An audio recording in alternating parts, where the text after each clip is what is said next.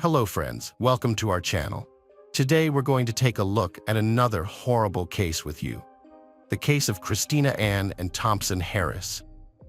Christina Anne Thompson, 30, and Jason Thomas Harris, 40, had been married since 2003 after dating for about 5 years.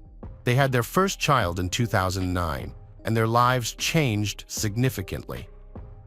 Despite the challenges of everyday life, they seemed happy with their new life as parents. Christina took care of their child and the household, while Jason worked at a plastics factory. As their child grew up, Christina had the opportunity to contribute to the family budget by getting a job. However, in May 2014, she had to take maternity leave as she was expecting her second child. On September 29, 2014, Jason left for work and exchanged a few words with Christina, who was not feeling well due to a cold. Despite her poor health, she assured Jason that she was okay. A few hours later, Jason called his wife to check on her, but she didn't answer the phone. This sparked worry in Jason, as he couldn't understand why Christina wasn't answering his calls. Jason couldn't reach Christina, so he asked a neighbor to check on her. He told the neighbor that Christina was sick and wasn't answering her phone. The neighbor went to the house, knocked on the door, and called out to Christina, but no one answered. Since the door was unlocked, the neighbor went inside and found Christina lying on the bed. She couldn't wake Christina up, so she called 911 and then got a neighbor who was a registered nurse to help. The nurse checked Christina's pulse and confirmed that she had passed away. On September 29, 2014, 4 months after giving birth to her second child, Christina was found dead in her house. When the police arrived, Jason was already there. He told them that Christina was sick and he had left her alone in the morning. 2 days later, the medical examiner determined that Christina's death was caused by an overdose of a prohibited substance. This news shocked her family and friends. Christina, a mother of 2 young children, was found dead, and many people who knew her were shocked. They claimed she had never used illegal substances. Her mother, Kathy May, reported to the police that Christina was fine when she saw her the day before her death, contradicting her husband Jason's statement that Christina was struggling with a cold. Kathy May also revealed that Christina described her marriage to Jason as complicated. Jason was unhappy in the marriage, but didn't want a divorce because he didn't want to pay child support or lose custody of their children. The neighbors who discovered Christina's body shared some information with the police. Apparently, Jason told them that on the evening before Christina's death, he made her cereal with milk, and while eating, she lost consciousness and dropped the plate. The police understood that it was hard for Christina's loved ones to accept that someone they knew well might have a hidden dark side. However, as the investigation progressed, the police began to doubt that Christina had used any illegal substances. Christina's family refused to give up, and they didn't believe the story. Christina's family, particularly her mother and sisters, urged the police to test her breast milk for evidence. Initially, the police delayed this request for 48 hours, but the family's persistence eventually led them to comply. This marked the first time in Michigan's history that breast milk was used as evidence in a case. Tests conducted at her workplace and the hospital where she gave birth to her second child came back negative for prohibited substances. At the time of her death, her second child was just 4 months old, and Christina was still breastfeeding both children. According to her husband, Harris, and her mother, Christina was meticulous about what she consumed because she was breastfeeding and wanted to ensure her baby's health and safety. Christina had been pumping and storing her breast milk in a freezer, with some of the frozen milk stored at her mother's house. Investigators tested 3 bags of breast milk for prohibited substances, using the dates on the bags to determine which ones were frozen before her death. The results showed no traces of banned substances in any of the milk samples. This finding suggested that Christina had not taken the substance that caused her death. Only one person, Jason's sister, had claimed that Christina had used banned substances. This statement led investigators to take a closer look at Jason and consider the possibility that Christina's death was intentional. The investigation was slow, and it's unclear how it would have progressed without the active involvement of Christina's family. Her mother, Kathy May, kept in close contact with the Davidson police, reminding them about her daughter's case. In August 2016, almost 2 years after Christina's death, Kathy May was able to get the Davidson police to turn the case over to the Michigan State Police. With new investigators on the case, the story began to unfold, revealing more information about Jason Harris's behavior before and after his wife's death. Harris was involved in multiple extramarital affairs, and Christina was aware of these infidelities. She had confided in family members and co-workers about the situation, including the fact that Harris was texting another woman while she was in the hospital giving birth to their youngest child. Christina had expressed concerns about her safety, telling a co-worker that if she died, Harris would be the one responsible. When asked if she was serious, she confirmed that she was. Harris had made public statements that questioned the paternity of their second child and had complained about Christina's behavior after giving birth, saying she was depressed and refusing to work. He also complained about her nagging him. A co-worker of Harris's reported that he had made disturbing comments about Christina, including expressing a desire for her death. This co-worker described the relationship between Harris and Christina as toxic, citing frequent arguments between them. The most alarming aspect of this case is that Harris was open about his desire to get rid of Christina, and he even took steps to harm her. Unfortunately, his words and actions were not taken seriously until it was too late. Harris had attempted to poison Christina on at least 2 occasions by mixing substances into her drinks. Fortunately, Christina was able to detect the unusual taste and avoided drinking the beverages. Harris asked a co-worker for a substance that would not affect the taste or smell of food and drinks, explaining that he wanted to poison Christina so she wouldn't feel anything. When he told another co-worker that Christina didn't drink the water with the substance because it tasted funny, the co-worker refused to give him more pills. A co-worker testified that Harris told him he wanted to stop Christina from nagging him, but the co-worker thought he was joking. Harris also told a co-worker that he had hired someone to kill Christina, but the person was arrested before they could carry out the task. Harris then asked the co-worker to kill Christina in exchange for $10,000, which would be paid from a $100,000 life insurance policy Christina had through her employer. The co-worker refused the offer, believing that Harris was just venting his emotions and that the offer to kill Christina was a joke.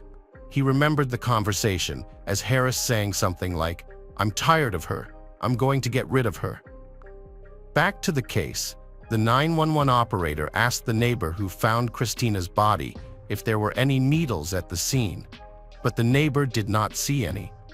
The neighbor, a registered nurse, testified that Christina's body was cold and stiff, had no pulse, and had a white foamy substance coming from her mouth. The neighbor did not attempt to resuscitate Christina because she was already dead. The paramedics who responded to the scene confirmed that Christina was dead. Harris told his supervisor that he had asked a neighbor to check on Christina and that he had to go home because she was unresponsive. However, witnesses reported that Harris did not appear concerned or in a hurry when he arrived at the house. Harris entered the house without speaking to the neighbor he had asked to check on Christina. Later that morning, Harris contacted Christina's supervisor at work and informed her of Christina's death. He also inquired about collecting the $100,000 life insurance policy benefit that Christina had through her job. One of the women Harris was in a relationship with told investigators that Harris contacted her on the day of Christina's death and said that his wife had died from taking too much of a banned substance. This suggests that Harris knew the cause of Christina's death before the medical examiner's report was released. Harris shared some details about the night before Christina's death, including her restless sleep, frequent coughing, and unusual comment about the chemical taste of her water. He later visited her workplace to inquire about life insurance proceeds, collecting a $20,000 death benefit and raising suspicions with his actions. A mistress also moved in with him and his children, either before or after her funeral.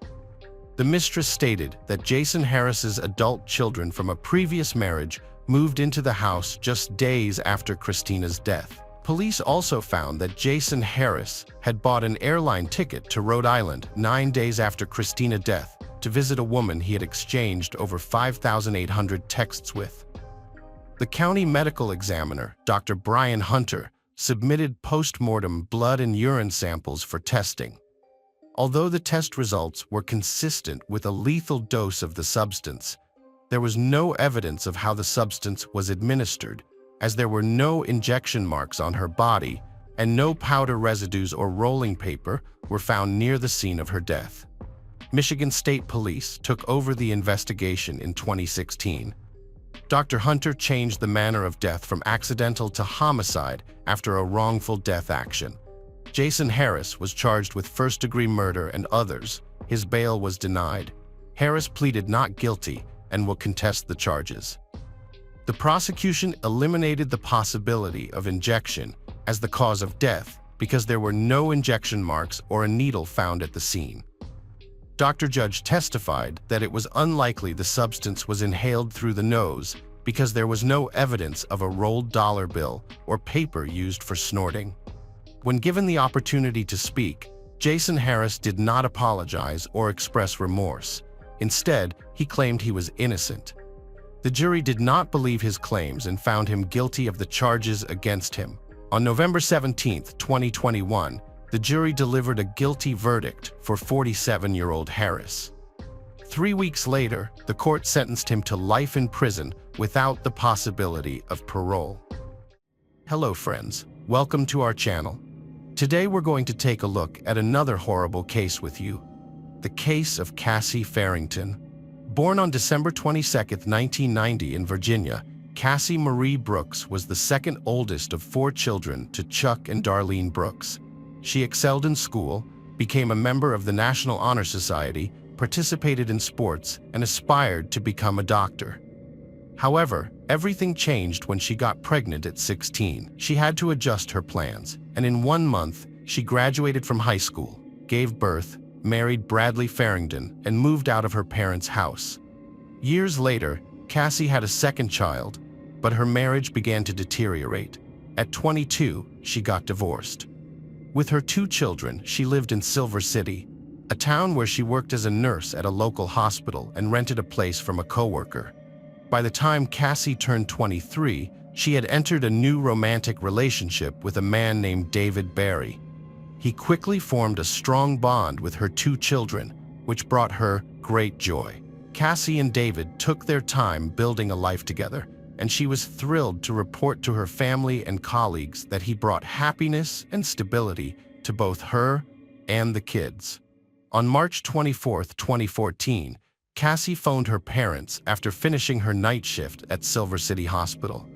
During their conversation, she outlined her plan for the morning, driving home, picking up the kids, taking them to school, and then returning home to rest for a few hours before picking them up again later that day. Cassie was supposed to pick up her kids from school, but she didn't show up even after their classes had finished. School staff tried to reach her, but couldn't, so they called her parents. Her mother, Darlene, tried to call her too, but there was no answer. Darlene thought maybe Cassie had just overslept after working a night shift, so she asked Sherelle, Cassie's landlord, to check on her. Sherelle went to the house, knocked on the door, and called out Cassie's name, but got no response. She then went around to the back door, looked through the window, and saw water pouring out of the bathroom into the kitchen. Sherelle knocked on the door again, louder this time, and shouted Cassie's name, still with no response. She used her own key to unlock the door and entered the house, where she heard the sound of running water getting louder. As she walked through the wet kitchen towards the bathroom, she continued to call out Cassie's name, her voice starting to shake. When she finally saw Cassie, her worst fears were confirmed. Cassie's body lay face down in the overflowing bathtub, water still pouring out. Sherelle found her and pulled her out of the water, placing her on the floor. Unfortunately, it was too late to try CPR, her body indicating Cassie had been dead for several hours. Sherelle quickly called 911 to report the situation, and paramedics and police were dispatched to the house. She also had the difficult task of informing Cassie's parents of their daughter's passing. While waiting for help to arrive, Sherelle searched the house and discovered another bathtub, also overflowing with running water, suggesting a possible accident or intentional act. The tub had a feature to prevent overflow, so the extra water flowed into the drain instead of spilling onto the floor. Sherelle noticed that the towel rack, which was previously mounted on the wall, was now lying on the floor, having been torn off. Meanwhile, Chuck and Darlene, who lived in Arizona, immediately dropped everything and traveled to Silver City after receiving the news.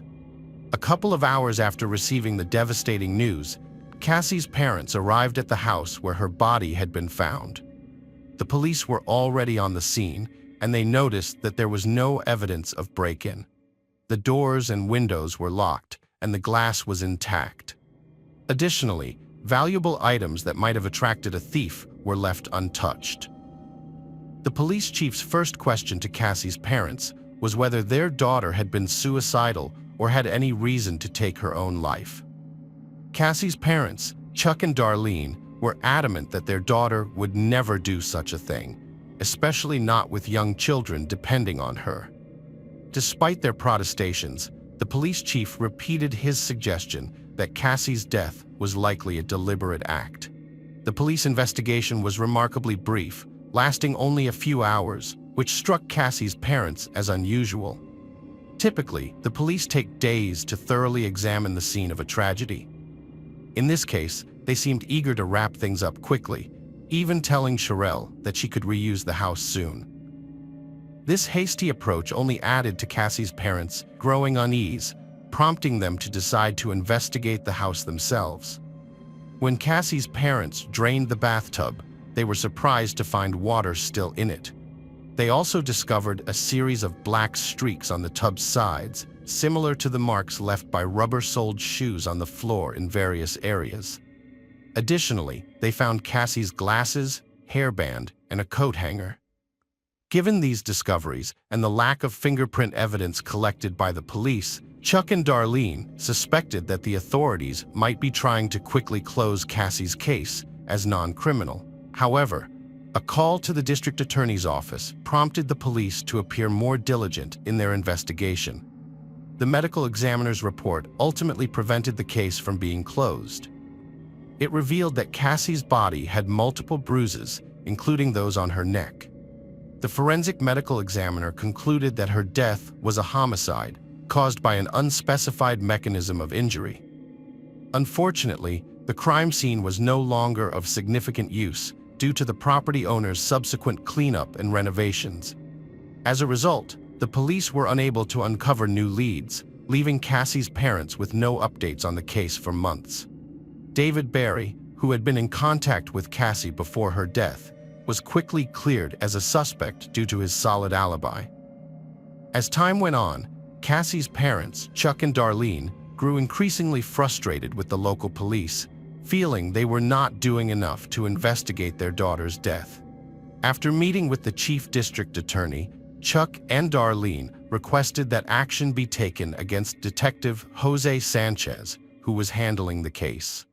The district attorney reviewed the case file and agreed that Sanchez had made several mistakes. As a result, Sanchez was removed from the case and a more experienced detective was assigned. The new detective focused on the person Cassie's family and close friends had suspected from the start, her ex-husband, Bradley Farrington. Cassie and Bradley were in a bitter dispute over their children's custody at the time of her death. Given the court's likely ruling, it's probable that the children would have remained with their mother. Bradley stood to gain the most from Cassie's death, as it would grant him custody of the children and release him from his child support obligations. Bradley Farrington became a suspect in Cassie's death investigation. Having quit the force just months prior, Bradley had a motive for the crime. Moreover, his law enforcement background gave him the necessary expertise to manipulate the investigation and conceal evidence.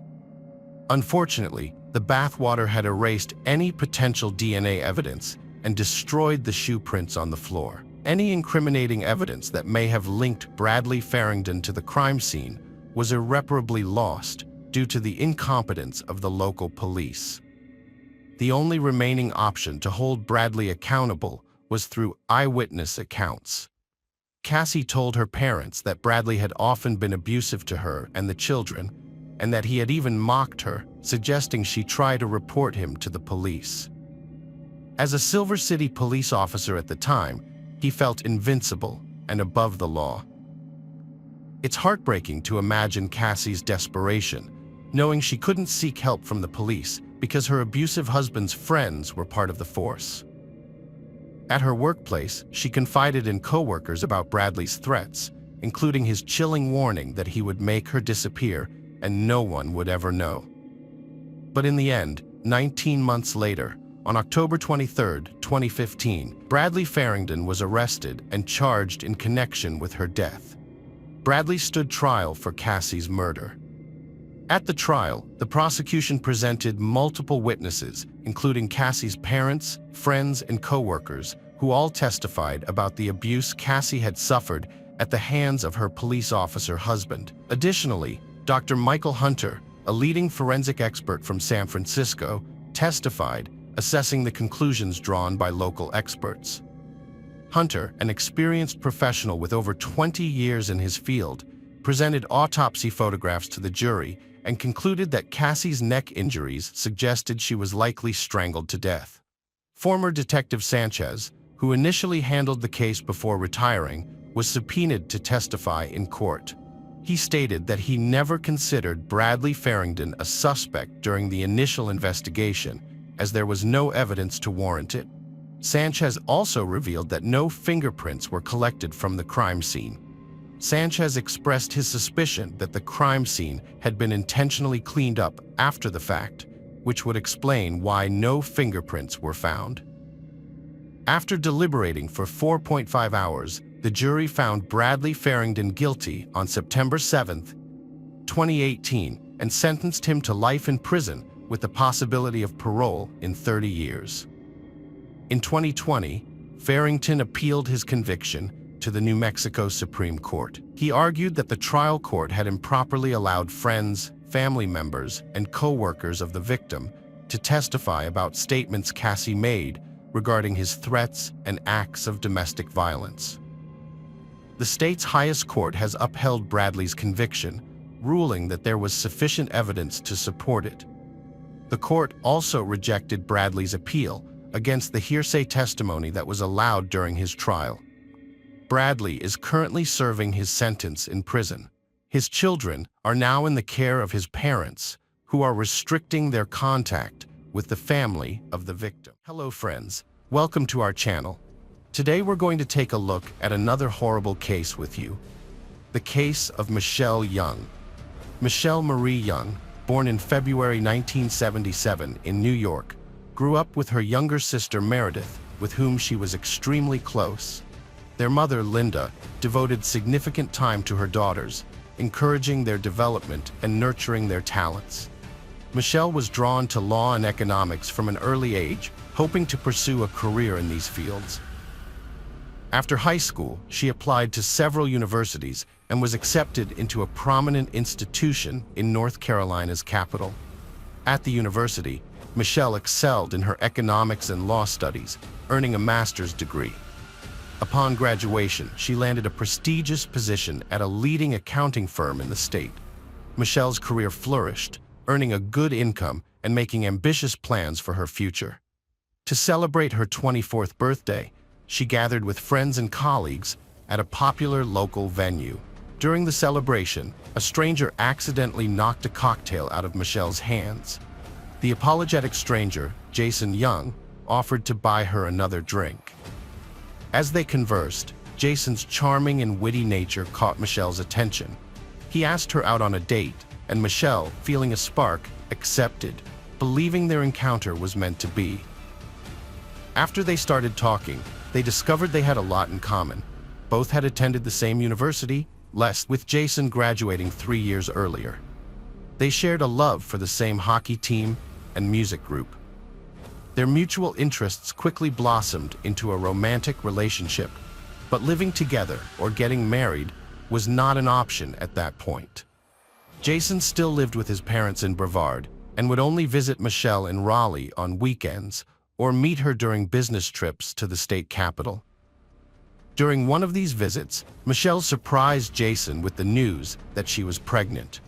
This revelation shocked both of them, as they weren't ready to become parents. They were focused on their careers, making progress, and hadn't planned on starting a family yet. Jason immediately accepted the situation, but Michelle was unsure at first, eventually deciding to keep the baby and not have an abortion. It took Jason about a month to come to terms with the news, after which he relocated to Raleigh to be close to Michelle, who was now pregnant. A few months later, they got married, but not because of romantic feelings or the pregnancy itself. The real reason was that Michelle lacked health insurance, and having a child would have been extremely costly without it. Marriage provided a solution, allowing them to avoid these expenses. Michelle gave birth to her daughter, Cassidy Elizabeth, in the spring of 2004. As a newlywed, Michelle dedicated herself to domestic life and family responsibilities, with the help of her mother and younger sister. Although Michelle's family initially had reservations about Jason, they made an effort to avoid conflicts and accept him. Later that year, the Young family moved into a large house in a quiet, landscaped area of the city. During her visits, Michelle's mother, Linda, noticed that there was tension within the family. Jason had a volatile temper, and Michelle constantly worked to resolve their disputes and present a united front in public, pretending to be a happy wife and mother. Only her mother, Linda, knew the truth about their relationship. An ominous sign came when Cassidy was just 2 years old. Michelle became pregnant again. She tentatively shared the news with Jason, but he surprisingly reacted with calmness and even seemed happy about it. The family drove to Brevard to share the good news with Jason's parents. They visited for the weekend, celebrating with relatives on the first day. The next day, they left their young daughter with her grandparents for a few hours and went to a restaurant to celebrate together. On their way home, Jason, who was driving, overcorrected and oversteered, causing the car to go off the road and into a ravine. Although they were shaken and had some scrapes and bruises, they were not seriously injured. However, the shock of the accident caused Michelle to miscarry, which left her deeply worried. Jason's calm reaction to the accident, the loss of their child, and his apparent indifference to his wife's distress seemed suspicious. In hindsight, Linda Fisher would later consider the accident a bad omen that they had ignored at the time. They had a friend named Michelle Manny from their university days. After losing touch for a while, Jason ran into her during a work trip in the spring of 2006. He told his wife about the encounter, and they decided to invite Michelle over for a visit. Michelle accepted the invitation and opened up about her unhappy marriage and relationship issues. She constantly praised Jason, telling his wife how lucky she was to have him. Although Michelle noticed Michelle's flirting behavior, she genuinely wanted to comfort and support her friend. However, Jason saw this as an opportunity to take their friendship to the next level. He had always been flirtatious, but this time, his interactions with Michelle quickly escalated beyond friendly support. They started calling each other almost daily and secretly meeting up. Jason would justify his absence by saying he was on business trips, and his wife remained unaware of what was really going on. In the summer of 2006, Michelle told her husband Jason that she was pregnant again. However, this time, Jason was unhappy about the news. Michelle was confused and felt distant from her husband. but she attributed this to the miscarriage they had experienced a few months prior. Unbeknownst to Michelle, Jason was secretly contemplating how to end their marriage with minimal personal consequences. In early November, when Michelle was 5 months pregnant, Jason went on a business trip, driving 300 miles from home and booking a hotel room halfway through his journey. That evening, Michelle had a lengthy phone conversation with her best friend, discussing their marital problems and revealing that she had a significant argument with Jason the night before he left. After talking to her, she went upstairs, put her daughter to bed, and then fell asleep beside her around 10 p.m. Meanwhile, Jason arrived at the hotel, claiming he was exhausted from the journey, and went straight to his room to rest. However, his real intention was to carefully observe the hotel's entrances, exits, and security cameras, plotting how to sneak out and back in without being detected. He was working on creating a foolproof alibi for what he believed would be the perfect crime. In the early morning hours, Young called his sister-in-law, Meredith, for assistance. He explained that he wanted to surprise his wife, Michelle, with a piece of jewelry for their wedding anniversary, but he had accidentally sent the order confirmation to their home fax machine. He was worried that Michelle would see the surprise and asked Meredith to help him retrieve the fax. Meredith, despite her dislike for her son-in-law, agreed to help. When she arrived at Michelle's house, she entered through a secret door in the garage, which was always left unlocked and known only to family members. The house was eerily quiet, and Meredith found Michelle's personal belongings, including her papers, keys, and wallet, in the hallway, suggesting that she hadn't left the house. Meredith then went upstairs and called out to her sister and niece, but there was no response. As she entered the bedroom, Meredith was met with a horrific scene. Michelle lay lifeless on the floor, her skull severely fractured, surrounded by a pool of her own blood. The walls, furniture, and floor were covered in blood, with bloody footprints from the baby nearby. Sadly, Michelle had been dead for hours, and nothing could be done to help her. Cassidy's sister quickly called emergency services when she heard a strange noise coming from under the bed. When she looked, she saw Cassidy staring back at her in confusion. Despite being shaken, Cassidy was unharmed. It became clear that she had witnessed her mother's death and had stayed by her body for hours, as evidenced by the floor marks and the toys she had brought to her mother. Further investigation revealed that Michelle's body bore the signs of a brutal and prolonged beating, with numerous bruises, abrasions, and fractures. Her teeth had been knocked out, and her skull was fractured by a heavy, blunt object that was never recovered. A bloody pillow lay nearby, suggesting that the killer had used it to smother the victim. The lack of stolen items and absence of forced entry or broken locks suggested that the perpetrator's sole intention was murder, and that they must have had a key or known about the secret door, which was only known to family members. The main suspect in the case was the husband of the deceased, but he claimed to have a solid alibi. He said he checked into his hotel room in the evening and didn't leave until morning, when he attended a scheduled business meeting. An investigation confirmed that he used his room key card to enter and exit his room. However, further investigation revealed several inconsistencies. For instance, a hotel employee found that the emergency exit door had been propped open with a cobblestone to prevent it from slamming shut. The surveillance camera that monitored this door had been intentionally disabled on the night of the murder. In fact, it stopped recording around half an hour after the suspect checked into his room.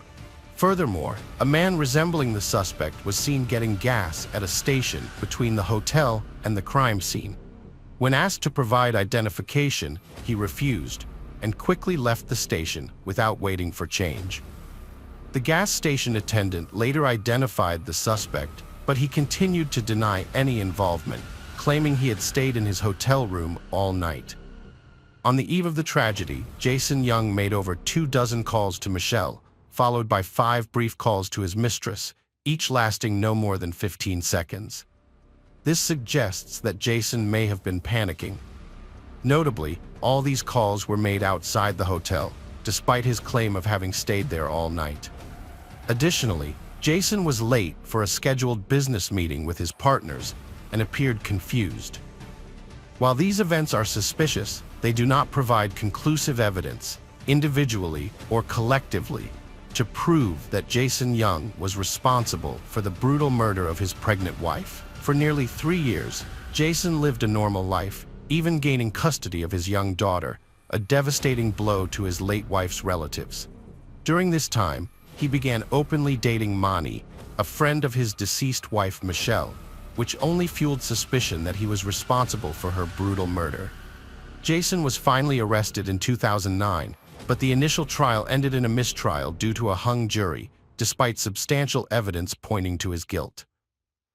However, the case was reopened in 2012 after new evidence emerged, including eyewitness testimony placing Jason near a hotel on the night of the murder. Crucial pieces of evidence included sightings of his distinctive white car parked near his home in a dark lot on the night of the crime. Additionally, a child psychologist testified about Jason's daughter Cassidy's disturbing doll play, in which she demonstrated her father hitting her mother, then not getting up off the floor. Mani testified in court, revealing that Jason had an affair with her, but claimed that Jason was miserable in his marriage, as he had told everyone. Another of Jason's former mistresses testified that she was frightened of his violent outbursts when he lost control. After a lengthy trial, Jason Young was found guilty of brutally assaulting his pregnant wife and was sentenced to life in prison without the possibility of parole. Jason filed his first appeal in 2014, but it was denied. In 2018, he requested a review of his case, but the State Court of Appeals again denied it. Cassidy, the daughter of Jason's murdered wife, was left without her parents. Her father is in prison for the crime, and she is now being raised by her aunt and maternal grandparents. Hello friends, welcome to our channel. Today we're going to take a look at another horrible case with you, the case of Austin Harff. Austin Harff was born on December 21, 1996, in Palm Beach, Florida, to a wealthy and respected family of doctors. His father was a successful dentist with multiple private clinics, and his mother was a leading pharmaceutical specialist. The family lived in a large, luxurious oceanfront home. When Austin was 13, his parents divorced, and his father moved out of the family home into a new residence with his new partner, who soon became his wife. Austin and his siblings stayed with their mother, but their father remained involved in their lives and provided financial support. Within a year, Austin's mother also remarried, and her new husband moved in with them. Although Austin struggled with his parents' divorce, he continued to excel academically and athletically. Austin dreamed of becoming a doctor like his parents and hoped to attend a prestigious medical school. In high school, he was both an honor student and an outcast. Despite his transformation into a tall, muscular, and charming young man, he remained shy and struggled to make friends and form romantic relationships.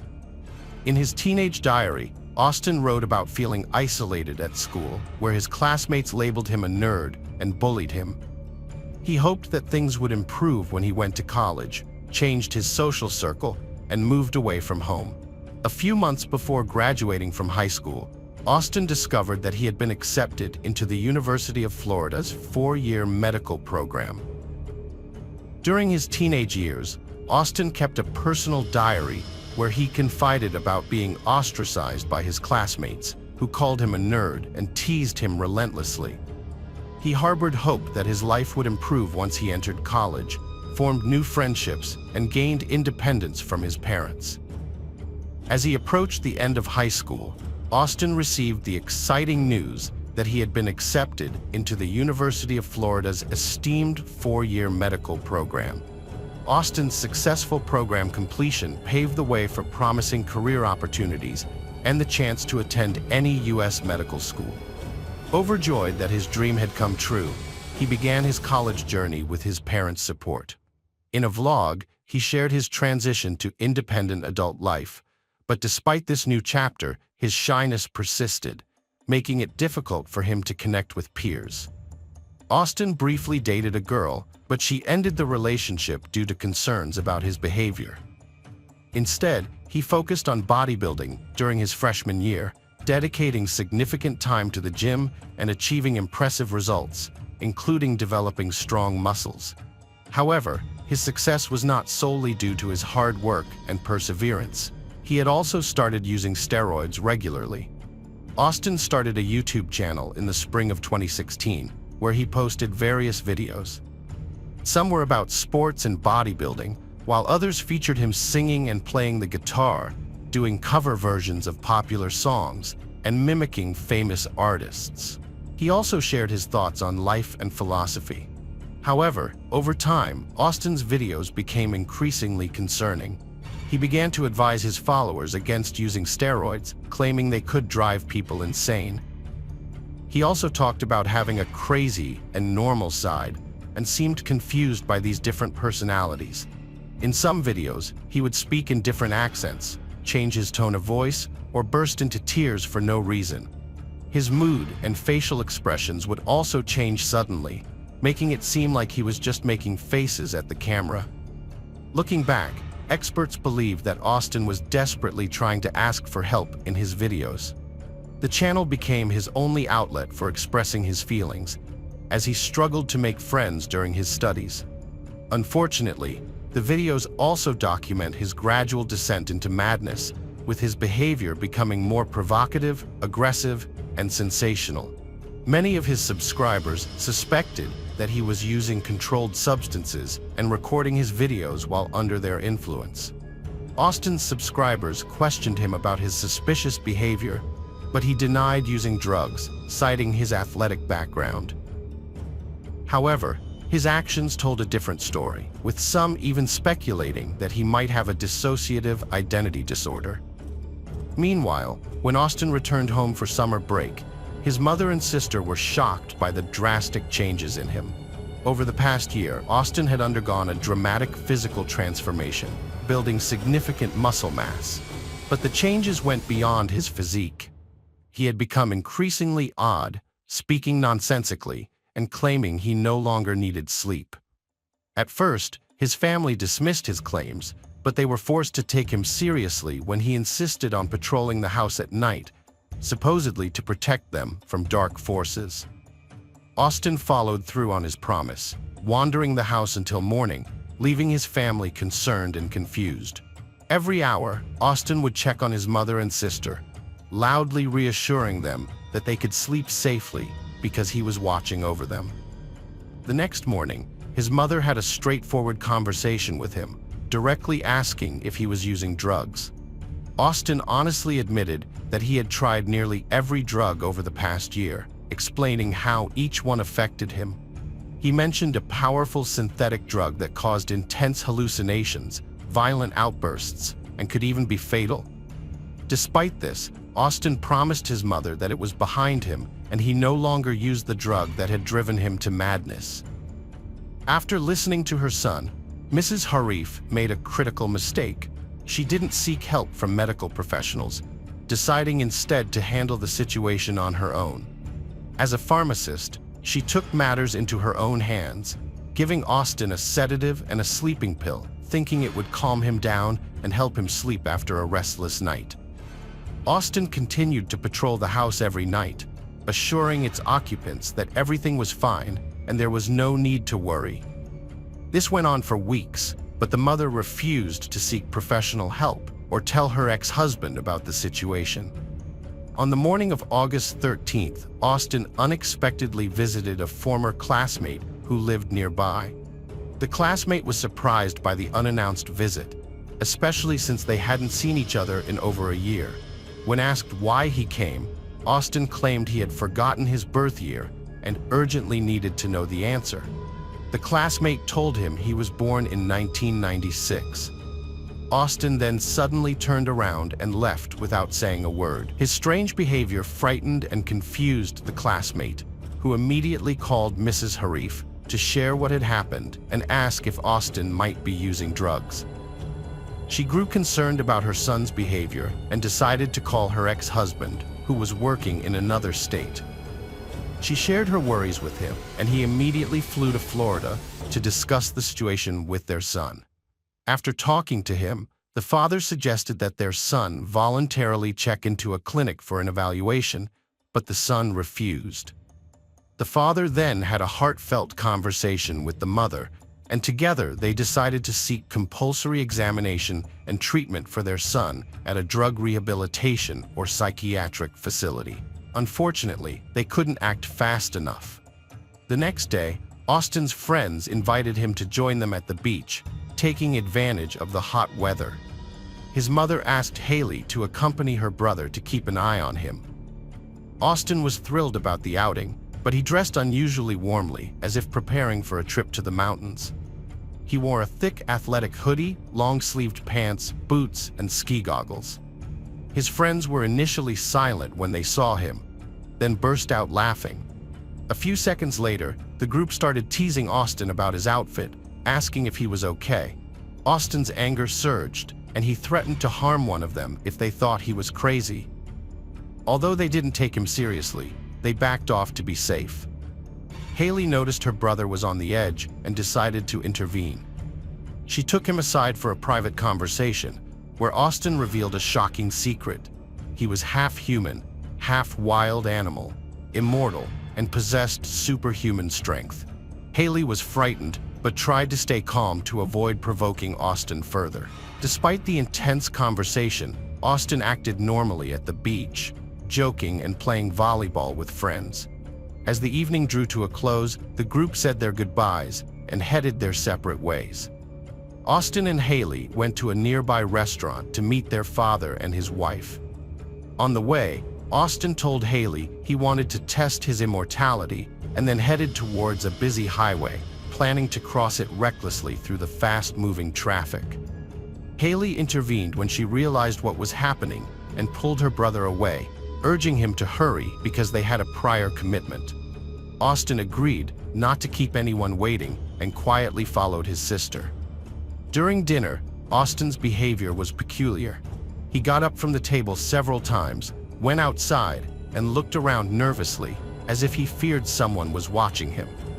Upon returning, he revealed his immortality to his father and stepmother.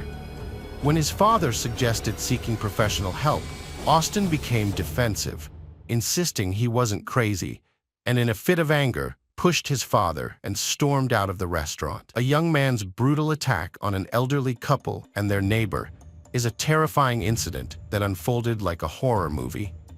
After leaving a restaurant, the young man, Austin, walked several miles until he stumbled upon an open garage in an unfamiliar neighborhood. Inside the garage was an elderly couple, John Stevens, 59, and Michelle Mishkan Stevens, 56, who were preparing for a quiet movie night. They married for over 25 years, had 3 adult children, and were enjoying their retirement. On this particular evening, John had gone for a walk with their dog, while Michelle set up for their usual movie night. When Michelle saw Austin on their lawn, she didn't feel threatened and even offered to help him. However, the situation took a dark turn. Their neighbor, Jeffrey Pfizer, who lived across the street and was friendly with the Stevens, heard strange noises outside around 9 p.m. He looked into the yard and was met with Michelle's blood-curdling scream. Without hesitation, Jeffrey rushed to help his neighbors, where he saw a tall, large young man attacking an elderly woman by her open garage. Jeffrey tried to intervene, but the young man was incredibly strong and knocked him to the ground. As Jeffrey struggled to get up, the assailant stabbed him multiple times in the back and shoulder. Realizing he was outmatched and needed assistance, Jeffrey quickly ran into his friend's house to distract the attacker and lead him away from himself. He escaped through the back door and made his way to his own home. Once inside, he realized the assailant had not followed him and had returned to the neighbor's house, where Michelle was being attacked. Jeffrey immediately called the police and emergency services, reporting that he and his elderly neighbor had been victims of an armed attack by a stranger with a knife. After speaking with the emergency operator, Jeffrey fell silent, listening carefully. He soon became convinced that the attacker was no longer outside his door, but had remained at the neighbor's house. The assailant began making loud animal-like noises, similar to a wild beast growling, accompanied by screams of terror and moans. Tragically, the police took about 10 minutes to arrive, but by then it was too late. The assault had turned fatal, and the outcome was devastating.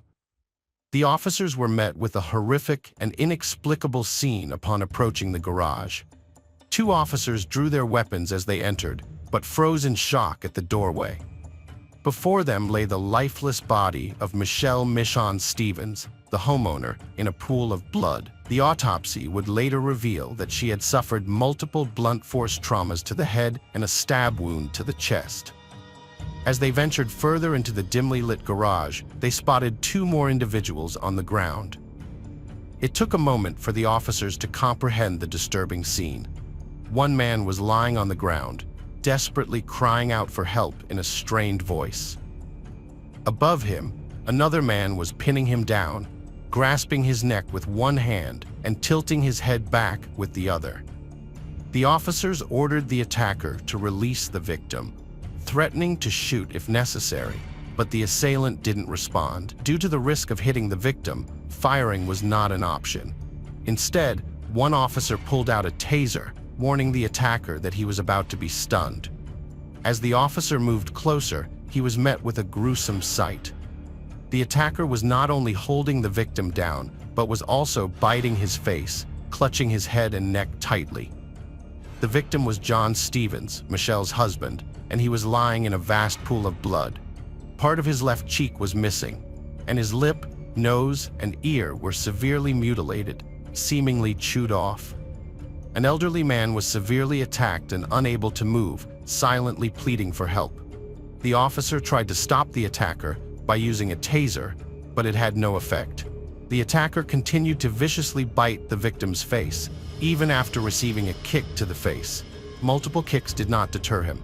Additional police officers arrived, including one with a police dog, which was released to subdue the attacker. The dog bit the attacker's arm, but he showed no signs of feeling pain and managed to break free, causing himself further injury. Finally, a powerful kick from an officer disoriented the attacker long enough to allow him to be handcuffed. Immediately after being restrained, the attacker claimed he felt unwell, possibly due to something he had eaten, before losing consciousness and convulsing. 4 people were taken to the hospital after a violent incident. Mrs. Stevens died at the scene, and her husband died on the way to the hospital due to severe injuries from stab wounds. The injured neighbor, who reported the incident, survived but suffered permanent nerve and tendon damage to his right hand. The attacker, Austin Harif, fell into a coma after drinking weed killer from a bottle in the garage, which severely burned his esophagus and stomach. He spent several days close to death, but was eventually saved. When he woke up 2 weeks later, he claimed to have no memory of the events. Gradually, Austin started to remember the argument with his father and walking away. He then recalled seeing a ghost-like figure leading him through dark alleys until he saw a lantern near the Stevens garage, where he attacked Mrs. Stevens. He claimed to have seen her as evil and tried to rid her of it. When the neighbor, Jeffrey Fisher, intervened, Austin perceived him as a demon and attacked him with a knife. After Fisher escaped, Austin continued to assault Mrs. Stevens until she showed no signs of life. He then drank from the bottle, thinking it was alcohol, and soon heard a dog barking and a man's voice. Austin claimed no memory of what happened next. At the hospital, tests revealed no drugs, medication, or alcohol in Austin's blood, leading to suspicions of a psychotic break. The case attracted widespread media attention due to its brutality and uncertainty. While some believed Austin was faking insanity to avoid punishment, a psychological expert concluded that he had a mental illness that led to an acute psychotic episode. However, the prosecutor did not believe Austin met the legal definition of insanity at the time of the crime. Suggestions arose that Austin's mental health had deteriorated due to drug use and social difficulties, but he was clean at the time of the crime. Austin's father revealed a family history of schizophrenia, and a rare disorder called clinical lycanthropy delusion was suspected, which might explain Austin's wild behavior. However, no psychiatrists confirmed the diagnosis. After treatment, Austin was transferred to jail, where he awaits trial. His lawyers claim he is mentally ill, while the relatives of the victims hope he will be found competent and sentenced to death. Hello friends, welcome to our channel. Today we're going to take a look at another horrible case with you, the case of Lauren Burke.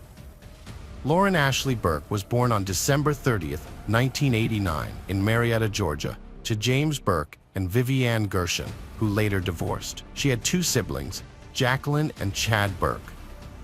After high school, Lauren attended Auburn University, where she studied graphic design and was an active member of the Delta Gamma sorority. She also played lacrosse and was involved in various campus activities. Her friends described her as a friendly, excellent student who was always smiling, happy, and helpful. Lauren started dating Sean McQuaid while still in high school, and they continued their relationship when they both enrolled at Auburn University. At that time, education was their top priority, but they still made plans for their future together. Tragically, on March 4, 2008, she began the day by having breakfast with Sean at a cafe at 11 a.m. She then attended class and called her father, James, to discuss plans for spring break and a dentist appointment. After finishing her conversation with her father, Lauren visited her friend Sean in his dorm room, where she stayed until the evening. At 8:30 p.m., she had a planned study session with her classmate Michael at the library. When Lauren left Sean's room around 8 p.m., it was already dark outside.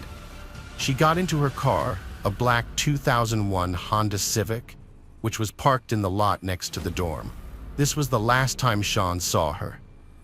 Michael waited for Lauren at the library, but she didn't show up. He started calling her cell phone, but she didn't answer. He kept calling and eventually got through to her. Lauren told him she had forgotten about their appointment and hung up.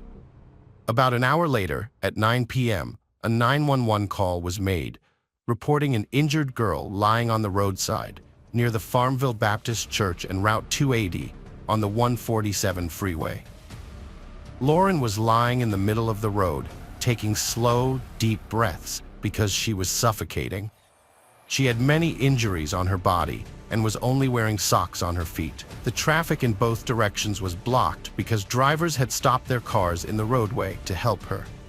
At 9:12 p.m., the police arrived, but Lauren was already unconscious.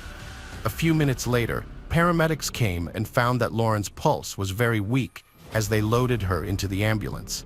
She was taken to East Alabama Medical Center at 9:35 p.m., where doctors started trying to save her life. Around the same time, at 9:27 p.m., multiple people called 911 to report a car on fire on the Auburn University campus. Firefighters and police were sent to the scene, but they couldn't find the owner of the burning car among the students who had come out of their dorms to see the fire. When the police checked the license plate, they found out that the car belonged to James Burke, a resident of Georgia. But what they didn't know was that James Burke is Lauren's father. The police called James and learned that the burned-out Honda actually belonged to his daughter Lauren, who is a student at Auburn University. James was frantic to know what was happening with his daughter, but the police couldn't give him any information. They didn't know where Lauren was and claimed no one was in the burned-out car. James tried calling Lauren's cell phone, but she didn't answer, which only made him more anxious. Desperate for news, James reached out to his daughter's friends, but none of them knew anything about her whereabouts or the car fire. He then contacted his ex-wife, Vivian, Lauren's mother, hoping she might know something, but she was also in the dark. Vivian called Lauren's boyfriend, Sean, at 9:40 p.m. to inform him that Lauren was missing and her car had been burned. Sean started making calls to their mutual friends to see if anyone had seen Lauren that evening. He discovered that she had canceled a library meeting, claiming she had forgotten about it. Sean was certain that Lauren hadn't forgotten her evening appointment because she had told him she was heading to the library when she left his room 2 hours earlier.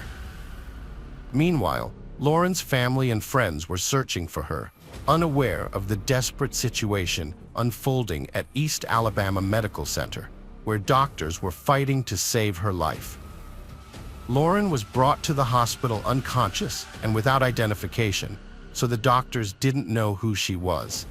Despite their best efforts, they were unable to save her, and she was pronounced dead about an hour after admission. The autopsy revealed that she had died from a single bullet wound that had punctured both lungs. The shot had been fired from very close range, with the gun muzzle just inches from her skin. As police investigated the burned-out car on campus, whose owner was missing, they quickly pieced together the evidence and realized that the hospital's unidentified victim was Lauren Burke. On March 5, 2008, James Burke identified his daughter Lauren's body after traveling from Atlanta.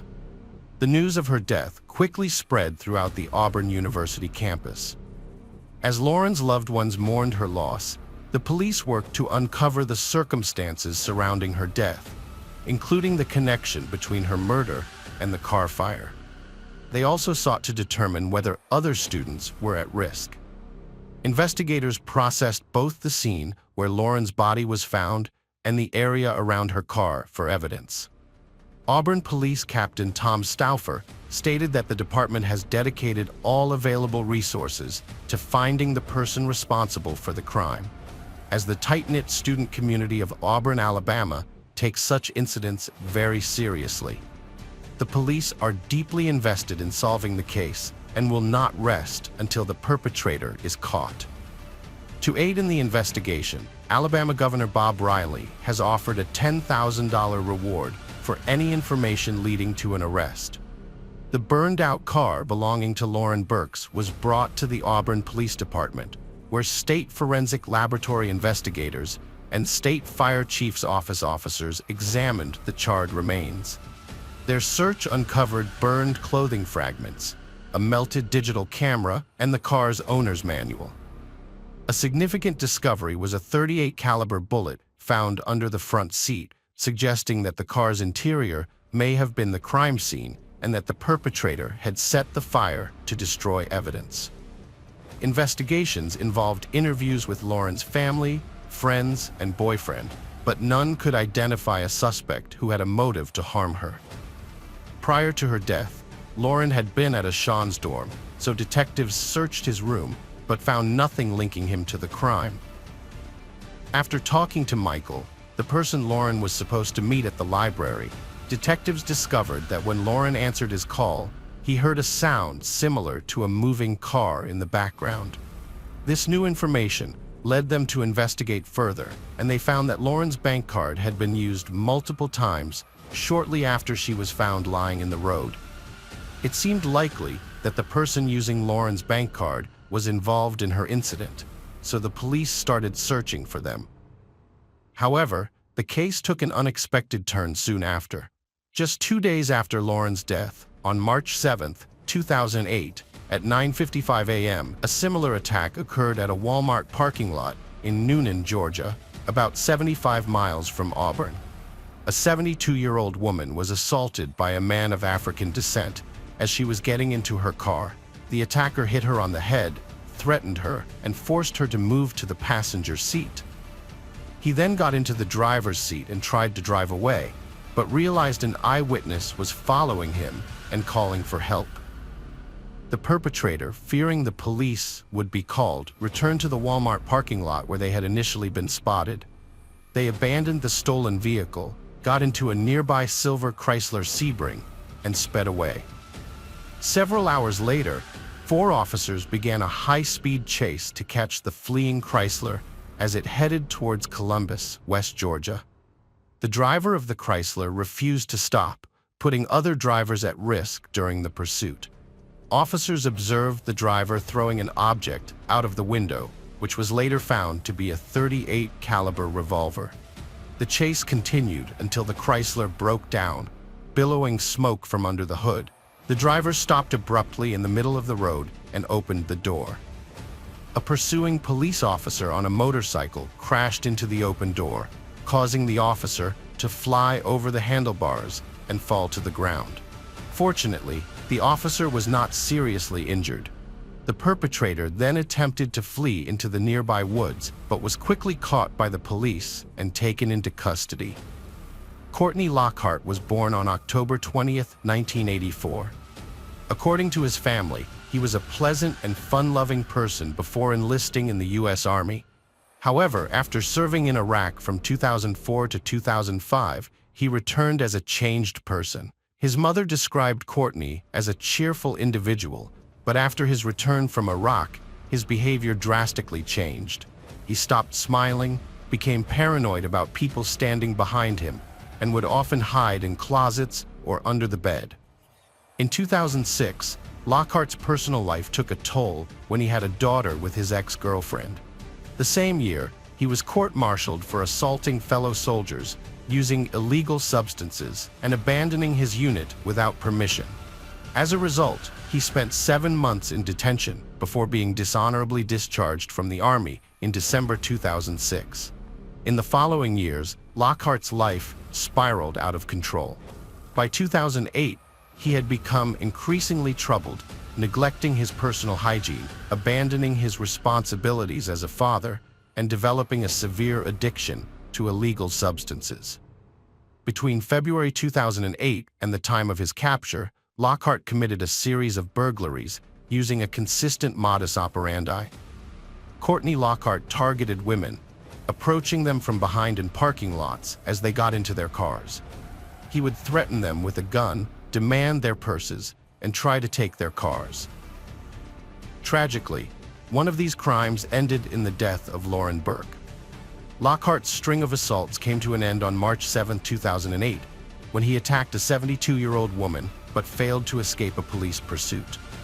After his arrest, Lockhart, then 23, confessed to the police that he was responsible for kidnapping and killing Lauren Burke. The police interrogation, which was recorded on video, became a crucial piece of evidence in the trial. Additionally, the police found Lauren's personal belongings, including her iPod and bank cards, in Lockhart's car. Lockhart provided a detailed account of the events leading up to Lauren's death. On Tuesday, March 4, 2008, he woke up in his silver Chrysler Sebring, which he had been sleeping in near the East Alabama Medical Center. Desperate for money, he drove around Auburn looking for another victim to target. It's notable that Lockhart exclusively targeted women, never men. He eventually ended up on the campus of Auburn University, where he parked near the student dorms and spent several hours watching students from his car. At 8 p.m., Lockhart saw a girl, who turned out to be Lauren, casually walk up to the car parked next to him and open the door. Without hesitation, Lockhart grabbed his revolver and approached Lauren from behind. He poked her with the gun muzzle and demanded to know how much money she had. When she didn't respond, he forced her into the front passenger seat and got behind the wheel himself. Lauren was initially silent, but then screamed in fear. Once she calmed down, she handed Lockhart $200 from her purse, begging him to leave. However, instead of leaving, Lockhart threatened her with a gun, ordering her to remove her clothes. Lauren complied, leaving on only a pair of socks. Lockhart's motivation for making her undress was his mistaken belief that she would be less likely to try to escape without clothes. Lockhart then drove around Auburn, holding Lauren at gunpoint with one hand while steering with the other. Lauren attempted to talk him out of his criminal actions, and when he claimed his life was over, she promised to help him find a job in an effort to de-escalate the situation. Meanwhile, her phone started ringing, and Lockhart instructed her to answer it and make up an excuse to avoid arousing suspicion. Lauren was supposed to meet Michael at the library, but when he called to confirm, she claimed to have forgotten and quickly hung up.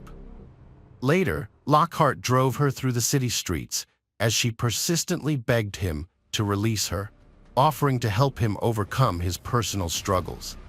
As they drove down Highway 147, Lauren made a desperate attempt to escape, by opening the car door and trying to jump out while the vehicle was still moving. In the ensuing chaos, Lockhart admitted to accidentally firing a shot, which tragically pierced both of Lauren's lungs, and she also sustained injuries from the fall. Lauren regained enough strength to wave at passing drivers, but soon lost consciousness. Lockhart, who had abducted her, parked his car outside a church and watched as people began to stop and assist Lauren. Realizing the police would soon arrive, he hastily left the scene, planning to destroy evidence he had left in his car. Lockhart drove to a gas station, where he used Lauren's bank card to buy a can of gasoline.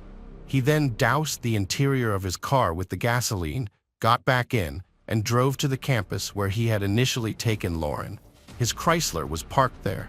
As he drove, Lockhart became lightheaded from the gasoline fumes, so he rolled down the windows to let in some fresh air. Once he arrived on campus, Lockhart stole $46, an iPod, and Lauren's bank cards from her car. He then set the car on fire and drove away in his Chrysler. At a gas station, Lockhart filled up his tank using Lauren's money, then returned to campus. However, investigators began to question Lockhart's story, suspecting that he had ulterior motives for making Lauren undress. They thought that Lockhart's goal was not to prevent her from escaping, but rather to exploit her in some way. When Lauren jumped out of the moving car, Lockhart's true intentions were foiled. The investigators were skeptical about Lockhart's claim that he accidentally shot Lauren. Given his military background and experience with guns, it seemed unlikely that he would accidentally discharge his weapon. Instead, it appeared that Lauren realized she was in grave danger and decided to escape by jumping out of the car, at which point Lockhart intentionally shot her. Forensic tests confirmed that the bullet found in Lauren's car was fired from the same gun Lockhart had abandoned during a police chase. Expert analysis also ruled out the possibility of an accidental shot, as the trigger required significant force to fire. On March 9th, investigators questioned Lockhart for the second time. The next day, he was officially charged with multiple crimes related to Lauren Burke's case. The trial started on November 8th, 2010. Lockhart's lawyers argued that their client suffered from a mental illness due to his military service, and that Lauren's shooting was accidental. According to court records, Lockhart pleaded not guilty, citing mental defect or insanity as the reason. Lauren was initially silent, but then screamed in fear. Once she calmed down, she handed Lockhart $200 from her purse, begging him to leave. However, instead of leaving, Lockhart threatened her with a gun, ordering her to remove her clothes. Lauren complied, leaving on only a pair of socks. Lockhart's motivation for making her undress was his mistaken belief that she would be less likely to try to escape without clothes. Lockhart then drove around Auburn, holding Lauren at gunpoint with one hand while steering with the other. Lauren attempted to talk him out of his criminal actions, and when he claimed his life was over, she promised to help him find a job in an effort to de-escalate the situation. Meanwhile, her phone started ringing, and Lockhart instructed her to answer it and make up an excuse to avoid arousing suspicion. Lauren was supposed to meet Michael at the library, but when he called to confirm, she claimed to have forgotten and quickly hung up. Later, Lockhart drove her through the city streets as she persistently begged him to release her, offering to help him overcome his personal struggles. As they drove down Highway 147, Lauren made a desperate attempt to escape by opening the car door and trying to jump out while the vehicle was still moving. In the ensuing chaos, Lockhart admitted to accidentally firing a shot, which tragically pierced both of Lauren's lungs, and she also sustained injuries from the fall. Lauren regained enough strength to wave at passing drivers, but soon lost consciousness. Lockhart, who had abducted her, parked his car outside a church and watched as people began to stop and assist Lauren. Welcome to our channel. Today, we're going to take a look at another horrible case with you, the case of Jody Sanderholm. Jody Leanne Sanderholm was born on September 26, 1987, in Arkansas City to parents Brian and Cindy Sanderholm. As the third of three children, she had an older brother named Jason and an older sister named Jennifer. From an early age, Jody had a passion for dance, which played a significant role in her life. However, she also prioritized her education and excelled in her studies. Jody's academic achievements were impressive, earning her one of 4 valedictorian spots in her graduating class. During her high school years, she was an active member of the National Honor Society, received recognition as a Kansas State Scholar, and was awarded the Outstanding Physics Student of the Year award. Additionally, she was captain of the Arc City High School dance team for 2 years and an instructor for both Arc City Dance and the Universal Dance Association. After graduating, Jody attended Cowley College, where she studied pre-pharmacy and was part of the Cowley Tigerette dance line. On the morning of January 5, 2007, Jody drove to college for a dance rehearsal that was scheduled to end at 10:45 a.m. After the rehearsal, she planned to return home.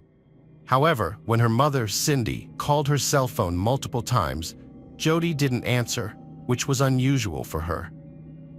Being a responsible and communicative person, Jody always kept in touch with her family, and her mother's repeated calls went unanswered, leaving her with a sense of unease. Cindy left work early to check on Jody, who should have returned from dance rehearsal. But when Cindy arrived home, she noticed Jody's car was missing, which only added to her anxiety. Entering the house, Cindy realized Jody was not there. Her dance uniform, which she usually washed after rehearsal, was nowhere to be found. The shower stall was dry, suggesting Jody hadn't showered after dance class. Cindy soon discovered that Jody had not contacted her father or sister Jennifer either. Jody had a noon appointment, but she didn't show up. Cindy and Brian began calling Jody's friends, hoping someone had seen her. But none of them had since the morning rehearsal ended. The dance team was scheduled to perform at a basketball game that evening, and Jody, as the choreographer, wouldn't have missed it voluntarily. However, she didn't show up. By 6 p.m., Cindy and Brian were still unable to locate Jody, so they contacted the police and reported her missing. The sheriff's office quickly created flyers with Jody's description and began investigating her last known whereabouts, issuing an APB on her vehicle. On January 6th, Jody's best friend, Lori Leglider, whom she had known since high school and had danced with, provided crucial information to the police. The two friends had also attended Cowley College together, where they studied dance. Lori told the police that she had left her job at Sirloin Stockade in Arkansas City around 10 p.m. on Tuesday, January 2nd, and had noticed a light blue car driving by the restaurant multiple times as she departed. Lori noticed a car following her on her way home, which made her feel uneasy. To test her suspicion, she turned onto different streets, but the car behind her kept following. Frightened, she drove to the local police station and parked, hoping the stalker would leave her alone. When she didn't see the car anymore, she drove home. However, she soon saw the car again, so she returned to the police station parking lot and waited in her car for a while before driving home. Lori initially thought it was a prank, but she didn't report the incident to the police. On January 5th, Lori and her friend Jody arrived at the college for a dance team rehearsal. Lori recognized the same light blue car that had been following her, and she saw the driver, 23-year-old Justin Thurber, who was a local resident. Although Lori didn't know Justin personally, she had seen him with his older brother and friends before. After practice, Lori and Jody planned to meet up later, but Jody never showed up. It was then revealed that several dance team members had also seen Justin lurking around the college campus that week. In the initial stages of the investigation into Jody's disappearance, police searched the city thoroughly but couldn't find her car within the first 24 hours. The city of Arkansas is surrounded by open fields and wooded areas, making it a challenging task. To aid their search, authorities brought in a fixed-wing aircraft to scour the region from above. They hoped to spot Jody's car, which was larger and easier to detect than a person. The police investigation revealed that the last signal from Jody's cell phone was received from a tower near the Kaw Wildlife Area, a vast wooded region along the Arkansas River. At this point, only one suspect had emerged, Justin Eugene Justin, identified by Lori Legliner and other members of the dance group. Notably, Justin was already familiar to the police due to a prior incident in 2004 when he was charged with illegal possession of banned substances despite his young age. Justin was sentenced but didn't serve time in prison. Instead, he was released. However, just 3 months later, he was arrested again for stealing in Probate Nation, violating his probation. In October 2005, he was charged with disorderly conduct. 3 months after that, he was arrested for petty theft and found with illegal drugs. Then, on December 31, 2006, just 6 days before Jody's disappearance, Justin was arrested for theft once more. After posting a $3,000 bail, Justin was freed on New Year's Eve. The very next day, January 1st, he pretended to be a police officer, causing a public disturbance. When the real police arrived, Justin claimed to have chest pain and was taken to the hospital rather than the police station. It's unclear why he wasn't arrested after being discharged from the hospital, and it's also unclear how he managed to avoid consequences for his actions. A family tie to Cowley County Police might have influenced events. On January 6th, an officer spotted Justin's Cadillac at his parents' house and initiated a conversation. Justin's father invited the officer in. When questioned about his previous day's whereabouts, Justin said he drove to Winfield, 13 miles outside Arkansas City that morning. In Winfield, Justin met up with a friend and 2 acquaintances of his friend, whom he didn't know well. The 4 of them then drove around the countryside in one of the acquaintances' cars until it became stuck on a dirt road near Cedar Vale. Justin claimed that he proceeded to walk towards Arkansas City, a 30-mile journey from Cedar Vale. After 6 hours of walking, he grew tired and called his father to come pick him up. Justin's father backed his son's story, saying he'd picked him up near Cali State Fishing Lake, where Justin was wet and dirty. The officer found the story unconvincing, but lacked evidence to charge him, so let him go. That evening, police questioned Alexis Schwartzel, who had recently ended her 3-year relationship with Justin Thurber. When informed about the investigation into Jody Sanderholm's disappearance, Alexis was shocked.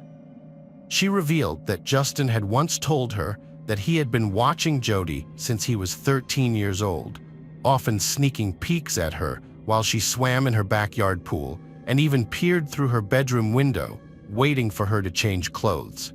Alexis explained that she had broken up with Justin due to his abusive behavior and increasing strange tendencies. She recalled that during intimate moments, he would choke her until she lost consciousness. Moreover, he would ask her to fight him, as it was the only way he could become aroused. The police grew increasingly suspicious of Justin's involvement in Jody's disappearance, despite lacking concrete evidence. Nonetheless, Justin was arrested later that evening, on January 6th. Detective Eric Mata arrested Justin Thurber for bail violation and criminal trespassing because Justin was found on the college campus, which the detective believed he was not supposed to be on. Justin requested to speak with his lawyer when arrested. Around the same time, police officers arrived at Justin's parents' house with a search warrant. During the search, the officers took Justin's shoes, which were wet and drying on a towel. His father had helped him clean the mud from the shoes. The clothes he wore when his father picked him up were also found, but Justin had already washed them. On January 7th, rugged terrain search teams combed the Kaw Wildlife Area for Jody Sanderholm, finding shoe prints matching Justin's and smaller ones. They stopped for the night, resuming the search the next day. En route home, searchers checked Cowley County State Fishing Lake, recalling Justin was wet when picked up by his father. Near a public restroom, investigators discovered several important pieces of evidence. This included a muddy tire track, shoe prints with mud on them, and a portable toilet containing a handwritten note addressed to the parents of Jody Sanderholm. In another toilet, they found dance shoes and a flip-flop sandal that matched the footprints found at the Kaw wildlife area. Further searches yielded a collection of personal belongings, including cut-off sweatshorts, a wallet with Jody's driver's license and social security card, a black leotard, a tigerette jacket with her first name on it, a vehicle floor mat, and a car seat cushion. Search efforts focused on Cowley County State Fishing Lake and the Kaw wildlife area. On January 9th, specialists used sonar to locate Jody's submerged car.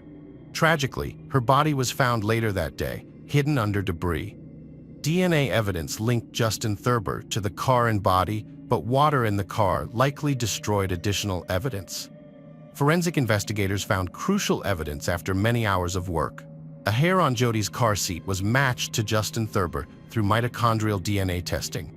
Private DNA expert Barbara Leal analyzed samples from Jody's arm and chest. It was possible that Justin was involved. Cell tower data showed Jody's and Justin's phones were in the same area simultaneously.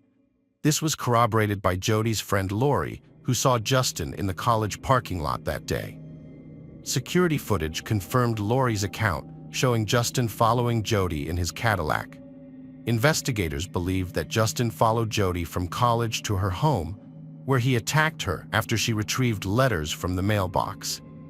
A shoe print identical to Justin's sneakers was found by the mailbox, supporting this theory. Footprints matching Justin's shoes were discovered at the Kaw wildlife area, and smaller prints matched Jody's shoes found at the lake, along with her other belongings. In the preserve, searchers found footprints of Justin and Jody side by side, indicating they walked together at one point. However, Jody's footprints stopped and Justin's continued deeper into the woods, so he carried her further on his own. His shoe prints were also found near where the body was discovered.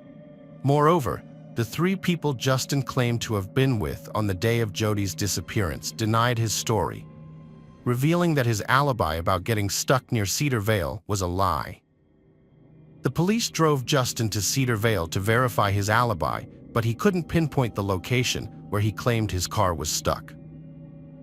Back at the police station, Justin agreed to take a polygraph test and requested that his relative, Chad Monroe, who worked for the Cowley County Sheriff's Office, be present during the questioning.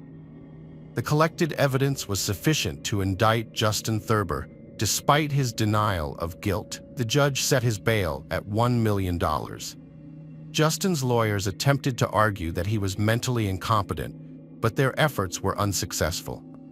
Given that Justin had graduated from high school and attended college, the judge deemed the defense's claim of mental retardation unproven. The medical examiner who performed the autopsy testified in court, describing the brutal nature of Jody's last hours. Her body and face were covered in bruises and abrasions, with clear signs of strangulation on her neck, which was ultimately determined to be the cause of her death. Here's what the medical examiner found during the autopsy. The crime was driven by sexual desire and involved an object, a stick. To give you an idea of what happened at the wildlife area without going into detail, it's worth noting that not all violent criminals are as brutal as Justin. At Justin's trial, 7 women, including his ex-girlfriend, testified that they had been stalked by him. One of these women was a co-worker who was so afraid of Justin that she had to have a police officer escort her to her car after work because she had seen him waiting for her earlier. He had left a disturbing gift on her car, a rose, and a note saying he was interested in her. Multiple witnesses reported seeing Jody Sanderholm's car on January 5, 2007. Carrie Morris, a friend of Jody's, saw Jody sitting in the passenger seat of her car as they drove past each other in Arkansas City around noon. Morris noticed that the driver was a large man. She tried to call Jody's cell phone, but there was no answer. Later that day, around 3 p.m., 2 other women reported seeing a car that looked similar to Jody's on a dirt road south of Arkansas City.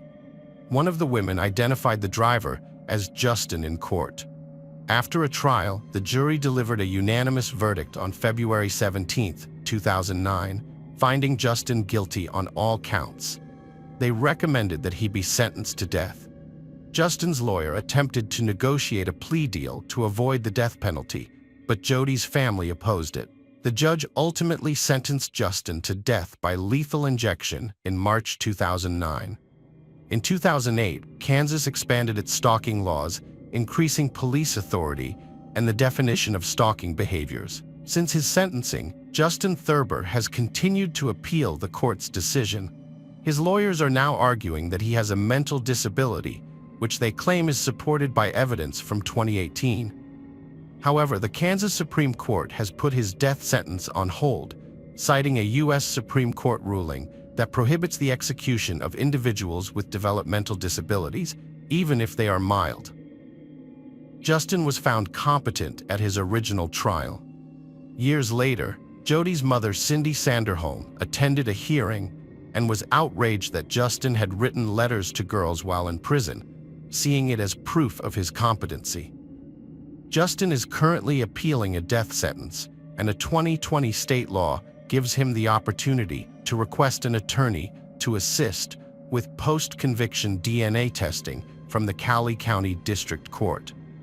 This is significant because, despite it being 16 years since Jody Sanderholm's murder, the case is still not fully resolved. Additionally, the speaker believes that Jody pleaded for her life, but Justin did not spare her, denying her a second chance. Kansas reinstated the death penalty in 1994, but no one has been executed since then. In fact, the last execution in Kansas took place in 1965. Since the reinstatement, 10 people, including Justin, have been sentenced to death, but none of their sentences have been carried out. According to Adam Fan and Steele, spokesperson for the Kansas Department of Corrections, there are no plans for future executions. Jennifer Aldridge, Jody's sister, finds it surprising that Kansas reinstated the death penalty over 20 years ago without a plan for carrying out executions. She believes this issue should have been discussed when the penalty was reinstated. Even if Justin's death sentence is upheld, it is likely that it will not be carried out. Justin Thurber is currently being held at the maximum security El Dorado Correctional Facility in Butler County, Kansas. According to a 2014 report by the Kansas Legislative Post-Audit Committee, it costs almost $49,000 per year to keep an inmate in administrative segregation at El Dorado. Furthermore, it's not just the cost of housing a death row inmate, it's also 4 times more expensive to prosecute a case where the death penalty is sought by the prosecution. The Sanderholms feel that paying taxes is an additional unfair burden on top of the emotional pain they're already enduring as they wait for justice in their daughter Jody's case. Brian Sanderholm explained, "Every week, when I see the taxes deducted from my paycheck, it's a painful reminder that I'm supporting the person responsible for our suffering." His wife Cindy echoed his sentiments, saying, "He deserves the maximum punishment, which is what the law intended. We need to reform the law so it can be enforced effectively." If you were in our shoes, what would you want to happen to someone who harmed your child? Cynthia Anne Sanderholm, Jody's mother, sadly passed away on December 2, 2022, at the age of 63. Hello friends, welcome to our channel. Today we're going to take a look at another horrible case with you. The case of Carly McBride. Carly McBride was born on April 14, 1983, to Steve McBride and Lorraine Williams. As a child, she was cheerful and close to her parents. However, as she grew older, Carly struggled with addiction to alcohol and illegal substances. Despite these challenges, she made efforts to overcome them. In 2014, at the age of 31, Carly lived in Belmont, New South Wales, Australia, with her 2 children, 7-year-old William and 3-year-old Cadence. On September 30, 2014, Carly's boyfriend, Sale, took her to Muswell Brook, where her daughter Cadence lived with her father, Andrew Easton. Carly spent a few hours with Cadence at Andrew's house, arriving around 12:30 p.m. Sale dropped her off but did not stay, agreeing to return later that day. However, when Sale came back to pick Carly up, she was no longer at Andrew's house. According to Andrew, Carly and he got into an argument, and she left, planning to walk to the nearby McDonald's restaurant, about 20 minutes away. Sale was surprised when Carly didn't call to let him know where to meet her, so he tried calling her instead. However, he couldn't reach her. Assuming she had said she was going to McDonald's, Sale drove there to look for her. Along the way, he kept an eye out for her, thinking she might be waiting somewhere. He considered the possibility that her phone was dead, but he couldn't find her anywhere. She wasn't at McDonald's or anywhere nearby. Sale spent some time driving around Muswellbrook, but it was all in vain. Carly had seemingly vanished. When Carly failed to return home to Belmont that evening, Sale contacted the police. The detectives asked him to describe what had happened. Sale explained that their routine was always the same. He would drop her off, she would get out of the car, wave goodbye, and then call and text him twice to let him know she was safe. But on this particular day, things didn't go as usual. Sale dropped her off at 12:30 p.m., but never heard from her again. Despite trying to call and text her, the phone just rang out. A key question emerged. Did Carly leave her ex-partner Andrew Easton's house, or was he hiding something? Andrew claimed to be the last person to see her, but no one else could confirm she actually left his house. The police questioned neighbors and people along the route Carly would have taken to get to McDonald's, but nobody reported seeing her. This lack of eyewitnesses only fueled suspicion about Andrew. Unfortunately, there were no surveillance cameras near Andrew's house to verify his claim that Carly left around 2 p.m. The police searched fields behind a nearby residential area, but the chief investigator reported that nothing significant was found. The investigation will continue, and the police are urging anyone with information about Carly's disappearance to come forward. She was last seen wearing blue jeans, sandals, and a yellow t-shirt, and carrying a tan handbag. Police investigators obtained a search warrant and thoroughly searched the house where Carly was last seen, looking for clues that could help explain her disappearance. Despite their efforts, they found no evidence of criminal activity or new leads. However, they did stumble upon a suspicious discovery. Carly's Facebook account had been deleted just a few hours after she went missing, and before anyone had even reported her disappearance to the authorities. This mysterious deletion sparked a lot of questions and prompted further investigation. 9 months after Carly's disappearance, her parents, Steve and Lorraine Williams, sought assistance in finding their daughter. With the help of Detective Timothy Seymour, they made a public appeal, requesting any information that could aid in the case. During the appeal, Lorraine became emotional and pleaded for help, saying that if anyone knew anything, no matter how small, they should come forward and help them. The family has struggled since Carly's disappearance, with Steve and Lorraine explaining that their situation is complicated, particularly when it comes to Carly's children. The children have 2 different fathers, and the family has had limited contact with them. Steve and Lorraine hope that this will change, allowing them to reconnect with their grandchildren. Lorraine expressed the deep sorrow of Carly's children, who would never again experience their mother's loving kisses, warm hugs, and laughter. They were unable to say goodbye, and their memories were frozen in time. She described the family's pain and frustration, feeling trapped in limbo, and emphasized their need to find Carly and give her dignity and respect in death. Carly's children, William and Cadence, needed to know what happened to their mother to heal and move forward, free from the burden of pain and uncertainty. Lorraine begged for the truth, expressing that while her daughter was gone, her children needed closure and justice. She implored the responsible person to come forward, break their silence, and let the family find peace.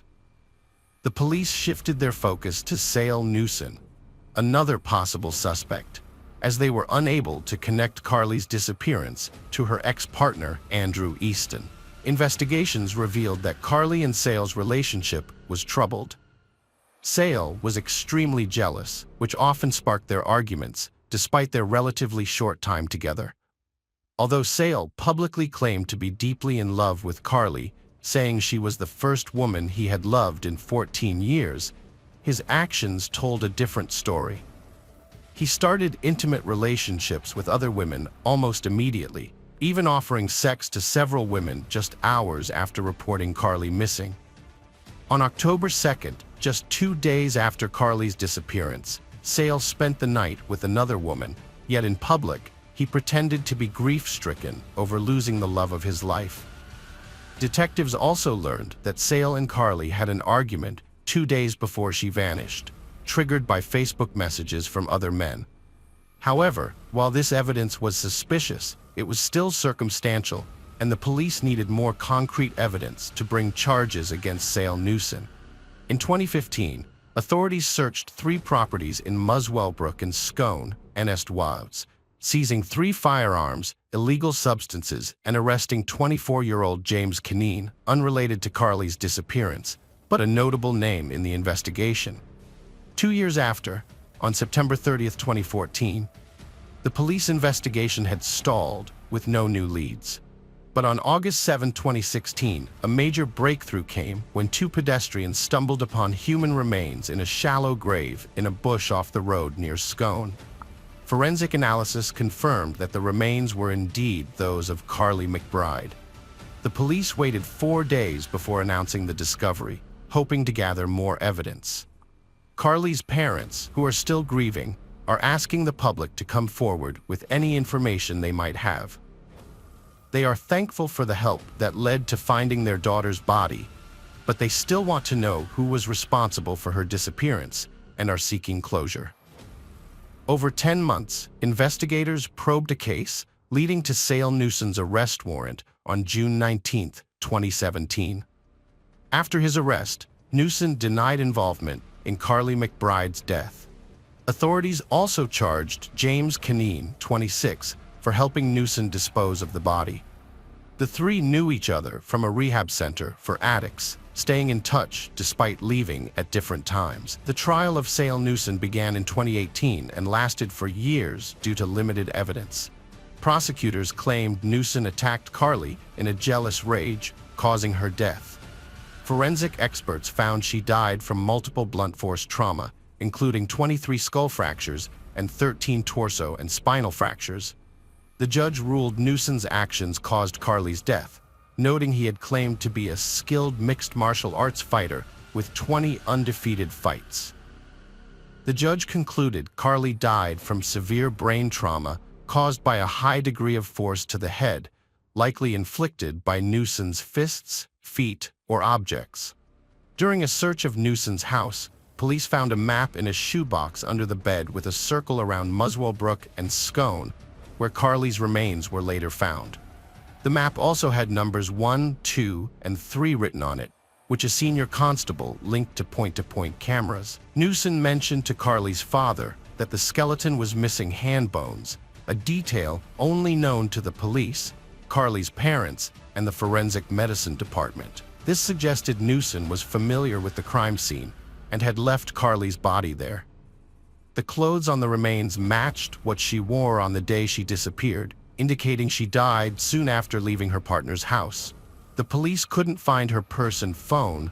When police searched Newson's mobile phone, they discovered he had deleted Google location services between September 18th and October 2nd, 2014. During the trial, the investigators learned that the photo of Carly, which Newson took on the way to Muswellbrook and later used in missing person flyers, was edited and cropped even before the police received the report of Carly missing. When the search for Carly began, Newson offered a $20,000 reward for information about her whereabouts.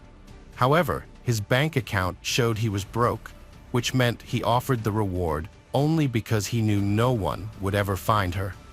Thus, he wouldn't have to pay. Newson injected himself into the police investigation from the start, trying to deflect suspicion onto others and attempting to get information about where police and other emergency services would be searching. He also conducted a canvass of the neighboring streets, searching for CCTV or witnesses, which police said was done not to find information, but to suppress it and to determine if anyone had seen him intercepting Ms. McBride. While volunteers and police searched for her around Muswell Brook and handed out missing person flyers, Newson was in Sydney messaging friends about how he was driving an Audi R8. The more investigators dug into Newson, interviewed him, looked at his Facebook messages, listened to his phone calls. After examining his internet search history, investigators discovered that he was looking for information on how to delete a Facebook account. His account remained active, but Carly's account got deleted shortly after. Although all the evidence was circumstantial, the prosecutors said they did have puzzle pieces that began to reveal a picture when put together. Eventually, these pieces turned into an irrefutable case, ruling out any other possible explanations for how Carly McBride disappeared and how her body was about 82 feet from the side of the road. The judge found that Newson's motive for suddenly and violently attacking Carly was jealousy. Newson had gone to pick Carly up from Muswell Brook, expecting her to have spent time with her daughter as planned. Instead, he discovered she had met her ex-partner for 90 minutes. This revelation allegedly triggered a fit of jealousy in Newson, leading him to brutally attack Carly. Carly's mother, Lorraine Williams, recounted the immense grief and anxiety she experienced during a 2-year wait for justice. A wait that ended with the devastating realization that her happy and outgoing daughter would never come home to her 2 young children. When she finally saw Carly again, it was in the morgue, an experience she described as the worst day of her life. In December 2021, 43-year-old Newson was found guilty and sentenced to 27 years in prison with the possibility of parole in 2038, nearly 7 years after reporting Carly missing. Despite the guilty verdict, Newson maintained his innocence, stating to the judge. Newson's accomplice, James Canine, also denied his involvement but was found guilty by a jury in July 2022. The judge determined that Canine had lied to police 3 times to create a false alibi for Newson and deleted phone data to conceal his actions. At the time of his involvement in the Carly McBride case, Canine was already in prison for illegal weapons possession and prohibited substances. In November 2022, he was sentenced to 7.5 years in prison with a 4-year parole period, showing little reaction to the news. After the trial, Carly's parents expressed relief that justice had been served, but they also acknowledged that no matter the outcome, they would never be able to get their daughter back. Hello friends, welcome to our channel. Today we're going to take a look at another horrible case with you, the case of Tess Ritchie. Tess Ritchie was the youngest of 5 sisters, born on November 30th, 1994. She spent her childhood in North Bay before moving to Toronto at the age of 19. According to her sister Verena, Tess loved her life, dogs, and family. She worked as a waitress in Toronto, but her dream job was to become a flight attendant and travel the world. Although Tess struggled to find a job she liked, her family was always willing to support her financially. Some sources suggest that after failing to find work at an airline or hotel, she began learning Italian and searching for job opportunities in Italy online. Tess also created content on YouTube, with her last video uploaded on February 23, 2014, nearly 4 years before the events we will discuss. In that video, Tess shared her personal experiences and the challenges she faced. Tess explained that she searched everywhere for someone who would understand and relate to what she was experiencing, but she never found that. She said her boyfriend's physical abuse is never acceptable, no matter how minor it may seem. She stated that he hit her, and even downplaying it as just throwing a purse at her is embarrassing because it happened in his bedroom, and it's a sad reality. After recording this video, Tess mentioned that she faced more personal struggles. In 2017, she experienced a devastating breakup with her boyfriend Julian on November 23rd.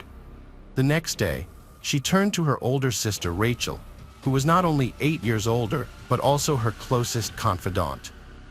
Tess recounted that she spent most of November 24th at Rachel's house in Toronto, where they discussed her breakup, went shopping, and visited a dog park.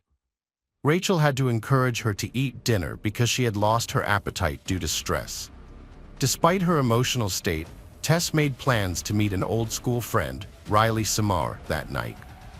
Samar was from North Bay, and she had moved to Toronto in the summer of 2017. They hadn't seen each other in years, but now that they were both living in the same city, they had started talking again. Samar suggested they go to Cruise and Tango, a well-known drag bar in the church in Wellesley area, that evening. Rachel's partner arranged for Richie to take an Uber to meet Samar downtown.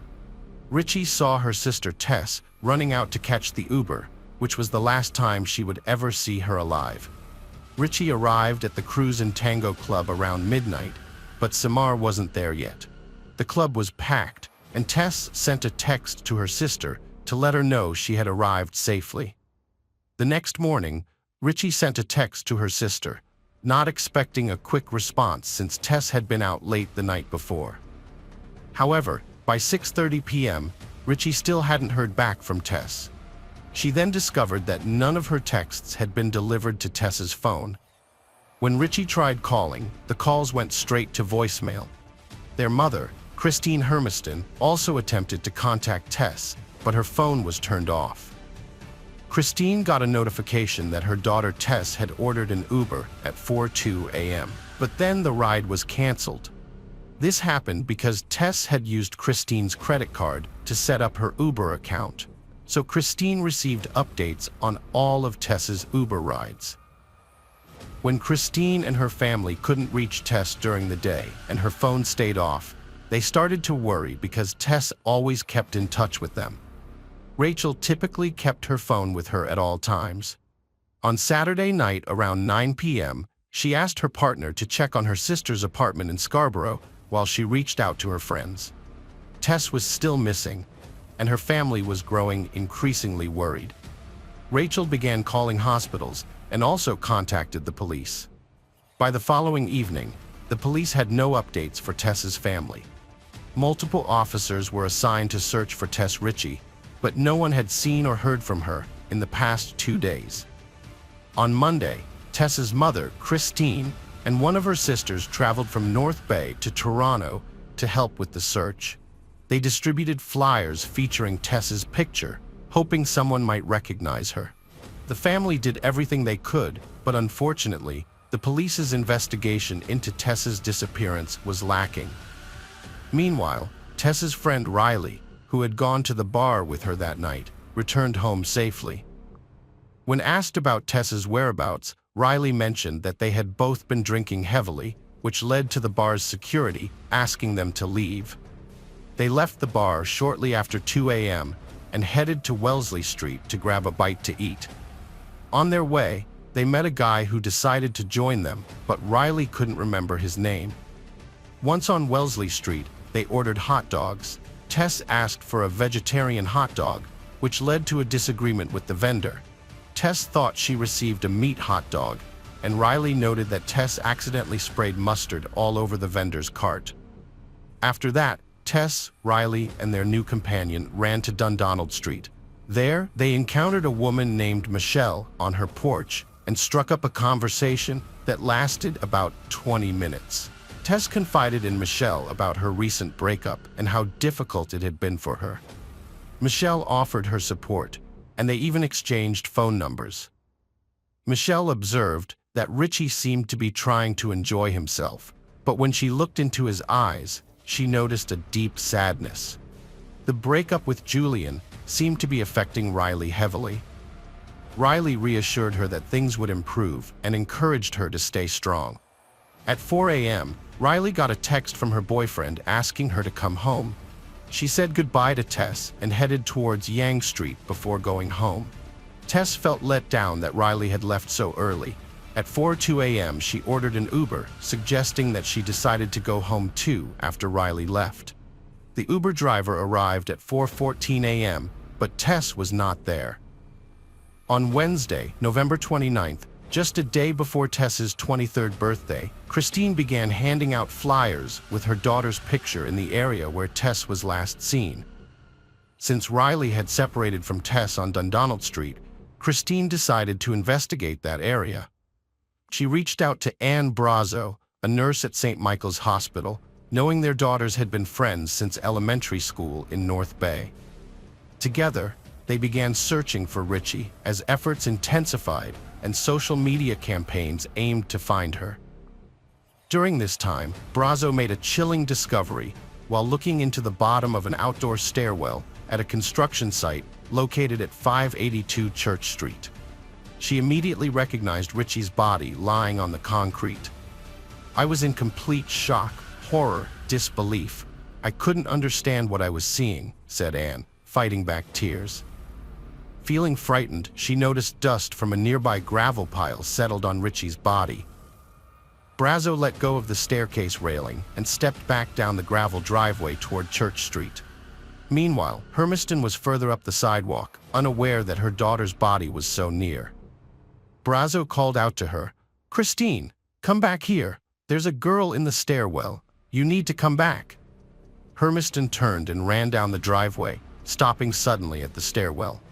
After a few moments, she began to scream, pleading with God for assistance. Tessa's death presented a heartbreaking event for her entire family. They discovered her body only 300 yards from the bar where she had been before disappearing, and just 20 yards from the last place her friend Riley saw her. This situation raised many questions about the police's response, especially since her body had been found just a couple of blocks from the bar.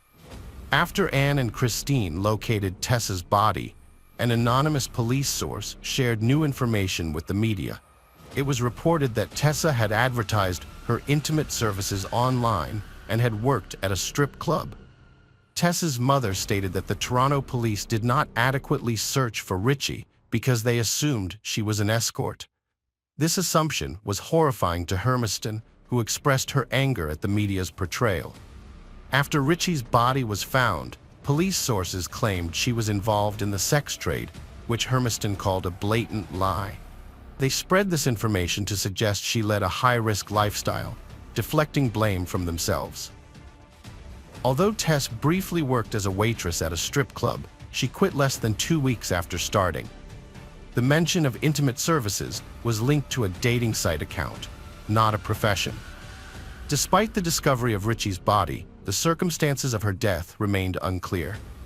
Initially, police did not suspect foul play, but the homicide unit took over when an autopsy indicated she had died from neck compression.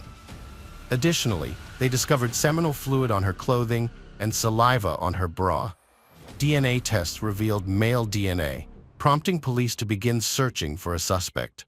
Based on Riley's testimony, detectives aimed to identify the man Tess had met that night, as he was the person she spent time with after Riley went home.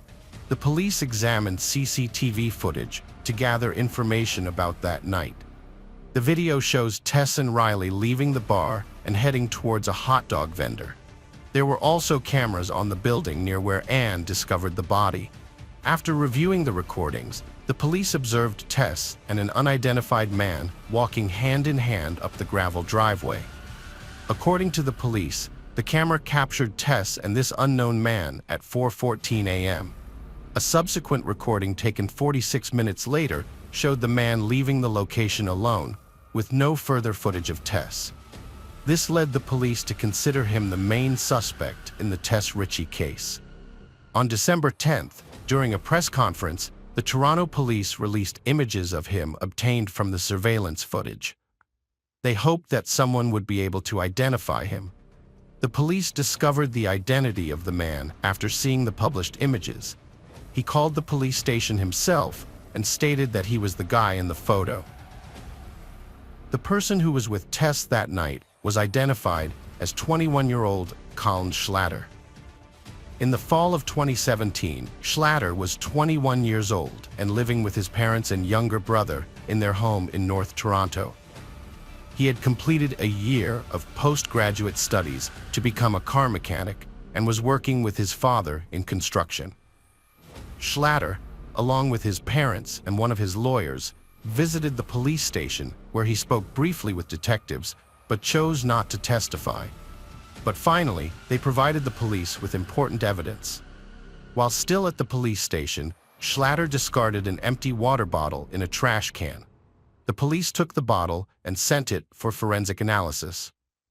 After some time, they found that the DNA on the bottle matched DNA samples taken from seminal fluid and saliva found on Tess Ritchie's body, indicating that they came from the same person. Police planned an undercover operation to observe Schlatter for several weeks, but the DNA results sped up their timeline. Schlatter was arrested at approximately 11 p.m. on February 4, 2018, after watching the Super Bowl with his family at a cinema. He was taken to the 13th Division and placed in a holding cell at 3:19 a.m. on February 5th. Two other men were in holding cells next to him, both of whom were undercover police officers. Schlatter was unaware that he was about to provide them with a significant amount of evidence. The three men were in plain holding cells, each containing a combination toilet, sink, and bed. In the cell, Schlatter discussed his love for card games and claimed he had a knack for attracting women. He bragged about having slept with over 40 women, even though he was only 21. Schlatter did not encounter Tess and her friend Riley on the street. He saw them for the first time in the same bar where he was present. This recording was made just before security asked Tess and Riley to leave the bar. Schlatter also spoke to undercover officers about Tess. Initially, he claimed she was alive when he departed. However, he later suggested that something might have happened because alcohol had clouded his memory. He doubted his own capability. The police charged Ken Schlatter with the murder of Tess Ritchie, but he denied the accusation. In June 2018, police officers Alan McCullough and Michael Jones were charged with 2 counts of misconduct for neglect of duty under Ontario's Police Services Act. The report of hearing stated that they allegedly failed to thoroughly search the nearby property or immediate area, interview neighbors, and inform a supervisor. If they had followed protocol, Christine Hermiston stated, they would have found her. She was lying just around the corner. During the 2020 trial of Ken Schlatter, his defense argued that someone else could have approached the stairs where Tess was lying by climbing over the fence on the other side of the building, thus avoiding the cameras. The lawyers even named another suspect, but the police thoroughly investigated and interrogated this person, finding no evidence linking him to Tess's death. DNA evidence pointed to only one person, Ken Schlatter. Schlatter, a slight man who appeared soft-spoken in court, explained that he has a speech defect, causing him to slur his words and stutter sometimes. He claimed that Tess offered him a place to hide from prying eyes at 4:02 a.m., which explained the presence of his DNA on her belongings. Tess Ritchie had ordered an Uber, but when the driver arrived at the pickup point at 4:14 a.m., she wasn't there. Instead, Calvin Schlatter approached her again. They sat down on a bench at the corner of street. Schlatter stated that Tess seemed upset after their argument, so he went over to check on her. Schlatter claimed Tess asked him to sit and talk, but with no audio on security videos, it can't be confirmed. He said she was upset about her breakup, so he shared a similar experience to comfort her. Schlatter claimed that later, Tess asked if it was okay to kiss him. He said they stood up, hugged, and kissed each other. However, there is no footage of this kiss on the available CCTV footage. Schlatter claims that Tess Ritchie asked him to accompany her to the driveway at 582 Church Street and then down the outdoor stairwell. However, the prosecution questioned his motives, as an Uber driver was waiting for Tess at the time. It is unclear what Schlatter said to Tess to persuade her to walk with him into the darkness at 4 a.m. According to Schlatter, they kissed for a long time, and he ejaculated in his pants. He wanted to take things further, but Tess refused. Schlatter states that after this, he invited Tess to his house, but she declined and told him to leave. He claims that he left, and Tess was alive when he departed. There were only 2 people who knew the truth about the events of that night. Unfortunately, one of them had already passed away.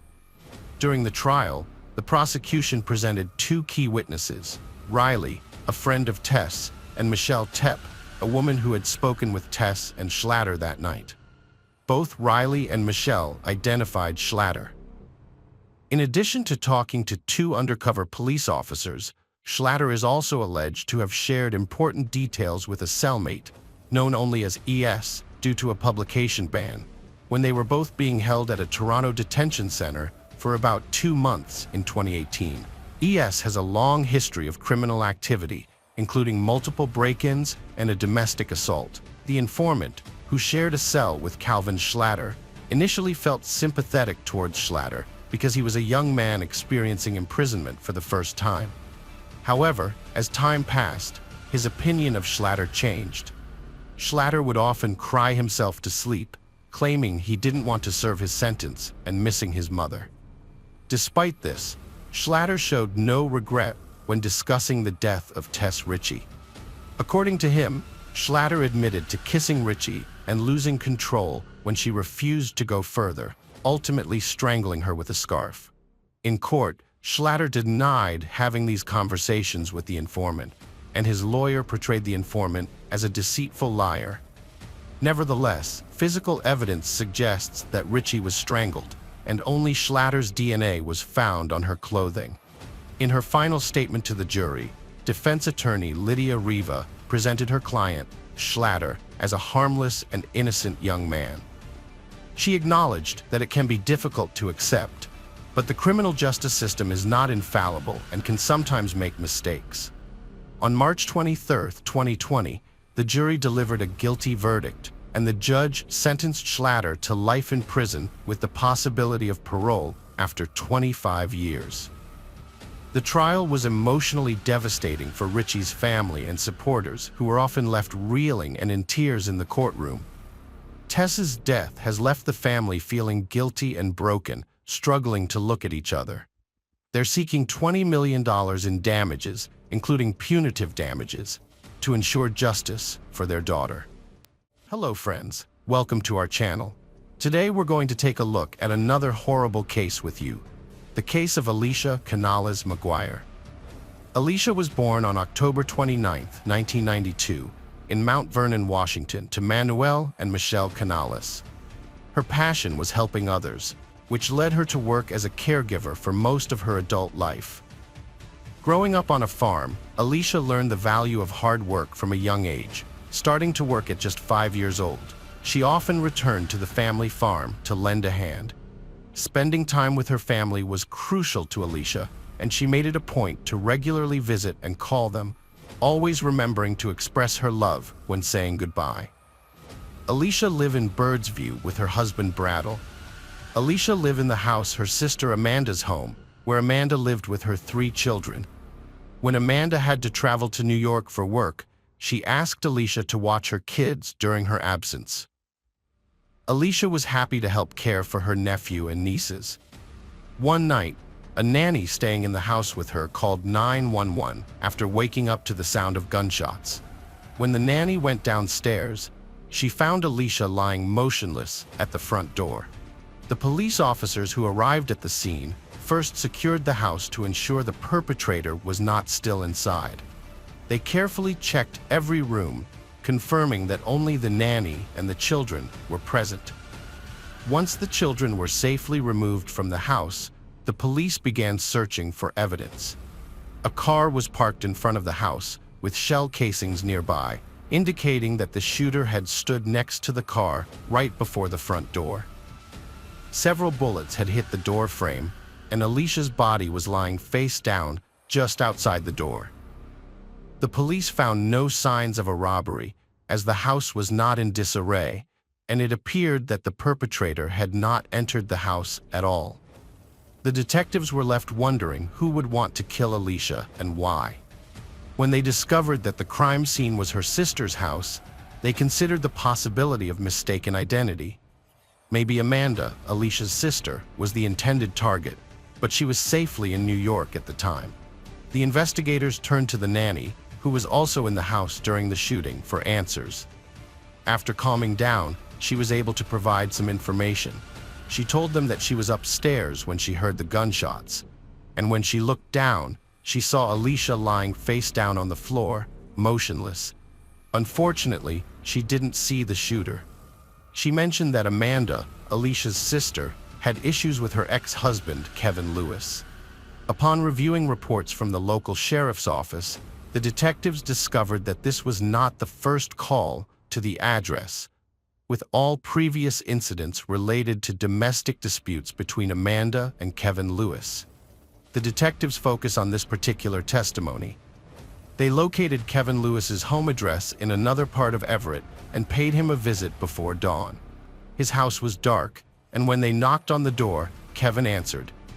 During their conversation, the officers asked if he knew where his ex-wife was, and he replied that she should be at home.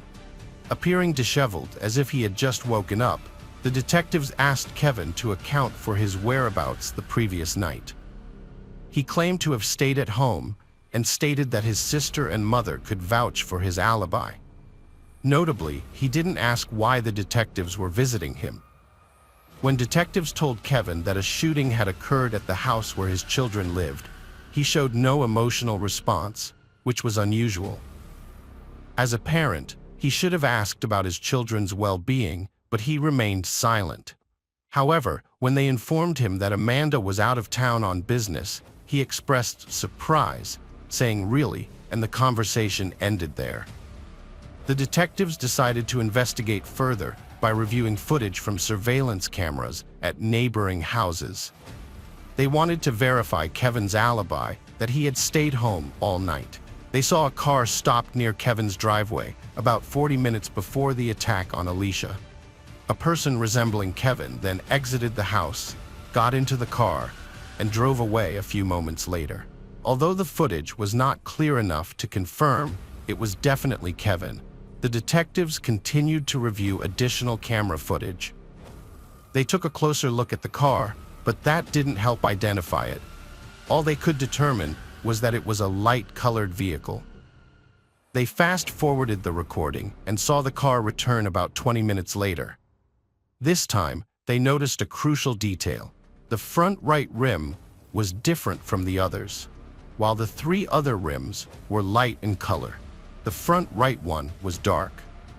The car stopped near Kevin Lewis's house, and the same person who had gotten out of the car earlier got out again and went back inside.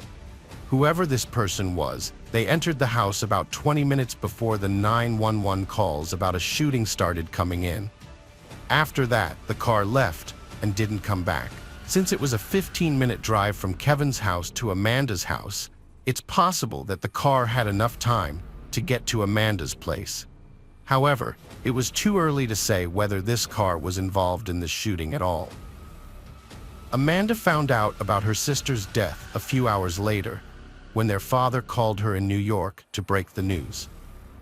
When investigators asked Amanda, a key witness, if she thought her ex-husband Kevin was responsible for Alicia's murder, she was adamant that he was the one. Although Amanda's 8-year marriage to Kevin Lewis ended, she struggled to acknowledge the toxic nature of their relationship. Despite their divorce in June 2017, Amanda lived in fear of Kevin, who had physically abused her in the past, leaving her with bruises. After their separation, Kevin continued to threaten her. In August 2017, Amanda was granted full custody of their 3 young children, and Kevin was ordered to provide $800 in monthly support instead of child support. This marked a fresh start for Amanda, who focused on rebuilding her life in Everett, Washington, and was grateful for the support of her family as a single mother. Kevin, a former military man, threatened to kill Amanda, and she took him seriously due to his training. Believing she was the target, Amanda obtained a restraining order against Kevin, but he violated it multiple times. He would often lurk around her house, peeking through the windows, which terrified not only Amanda, but also her 3 children. Despite the violations, Kevin was never charged by the police. Weeks before her sister's tragic death, Amanda was brutally beaten in her own driveway. She was getting out of her car late one night when someone launched a surprise attack. Although the assault happened quickly and she didn't see the attacker's face, Amanda was convinced that Kevin was behind it. Investigators believe 30-year-old Kevin Lewis is the prime suspect in the murder of Alicia. They think he intended to kill his ex-wife, but he was unaware that she was in New York at the time. Unbeknownst to him, Amanda had asked Alicia to babysit her children while she was away. However, there's a problem with this theory. If Kevin was the person in the footage, it would mean he was at his home during the shooting. Moreover, his sister and mother have provided him with a solid alibi. As a result, the police have continued their investigation, exploring alternative explanations for the crime.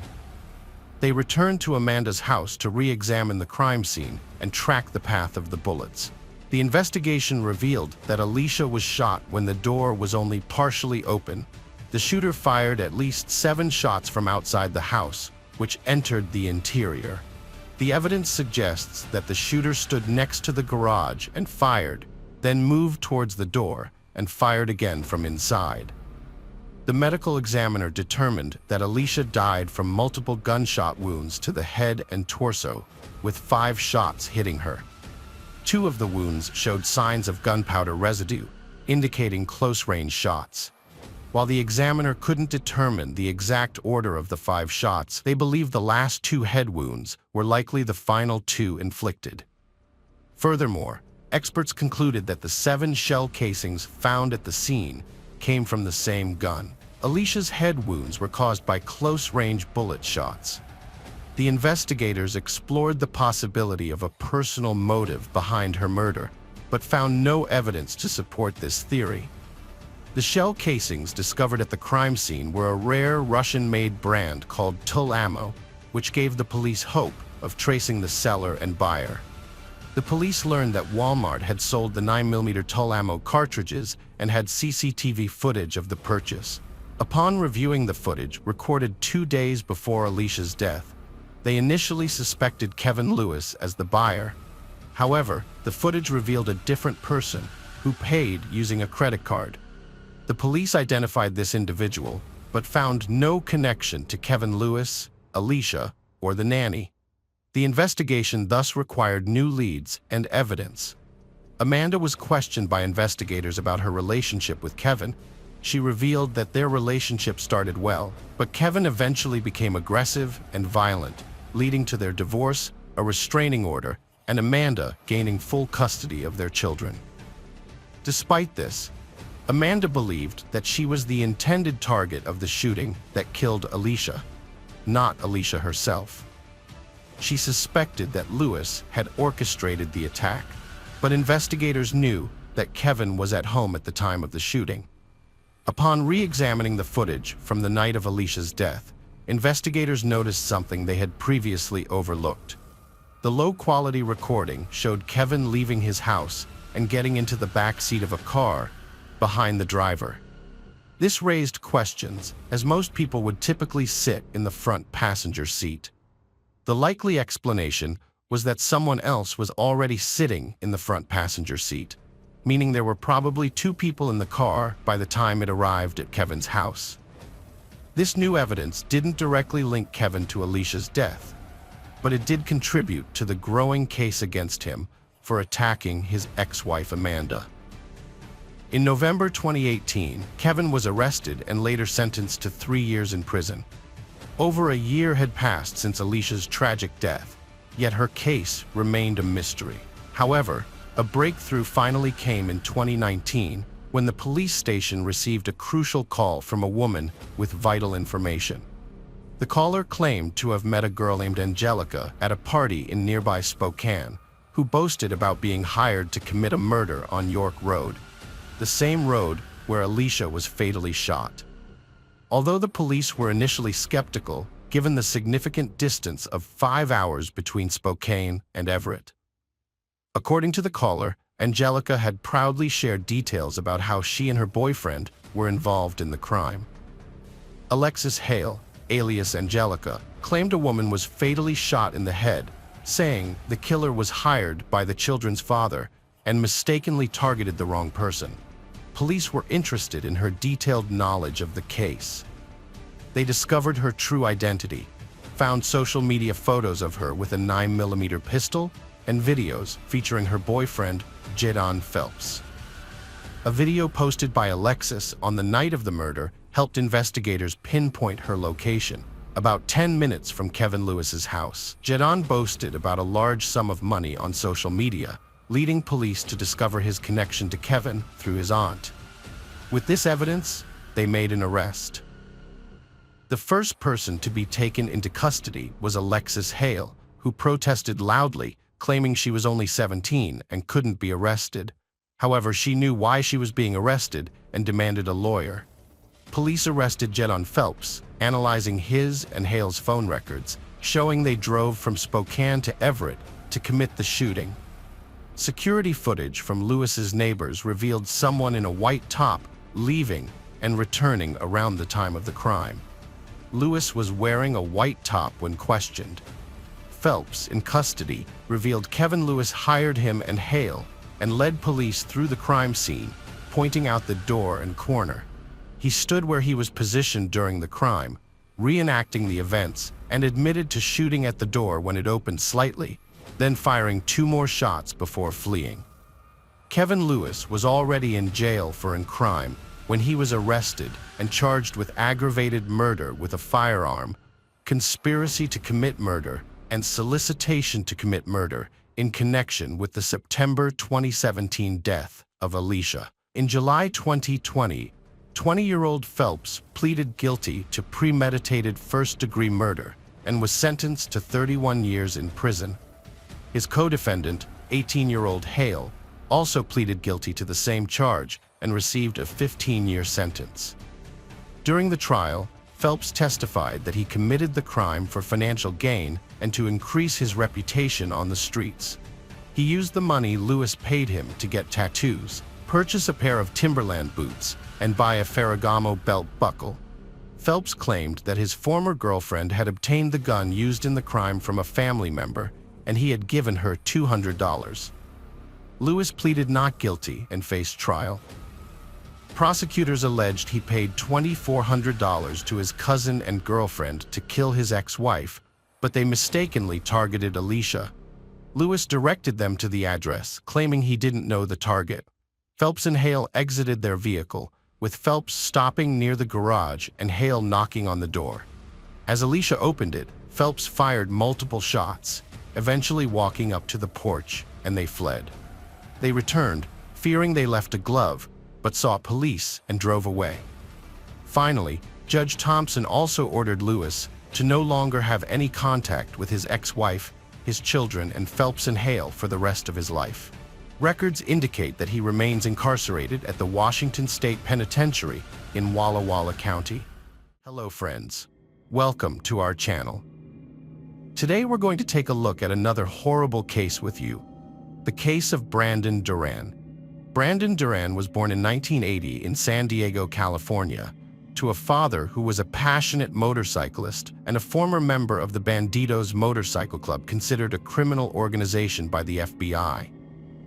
When Brandon was around 10 years old, his parents divorced, but they maintained a good relationship and shared responsibilities in raising their son. Brandon inherited his father's love for motorcycles and at 25, built his own bike from scratch, which became a treasured possession. He socialized with other bikers but never joined a motorcycle club.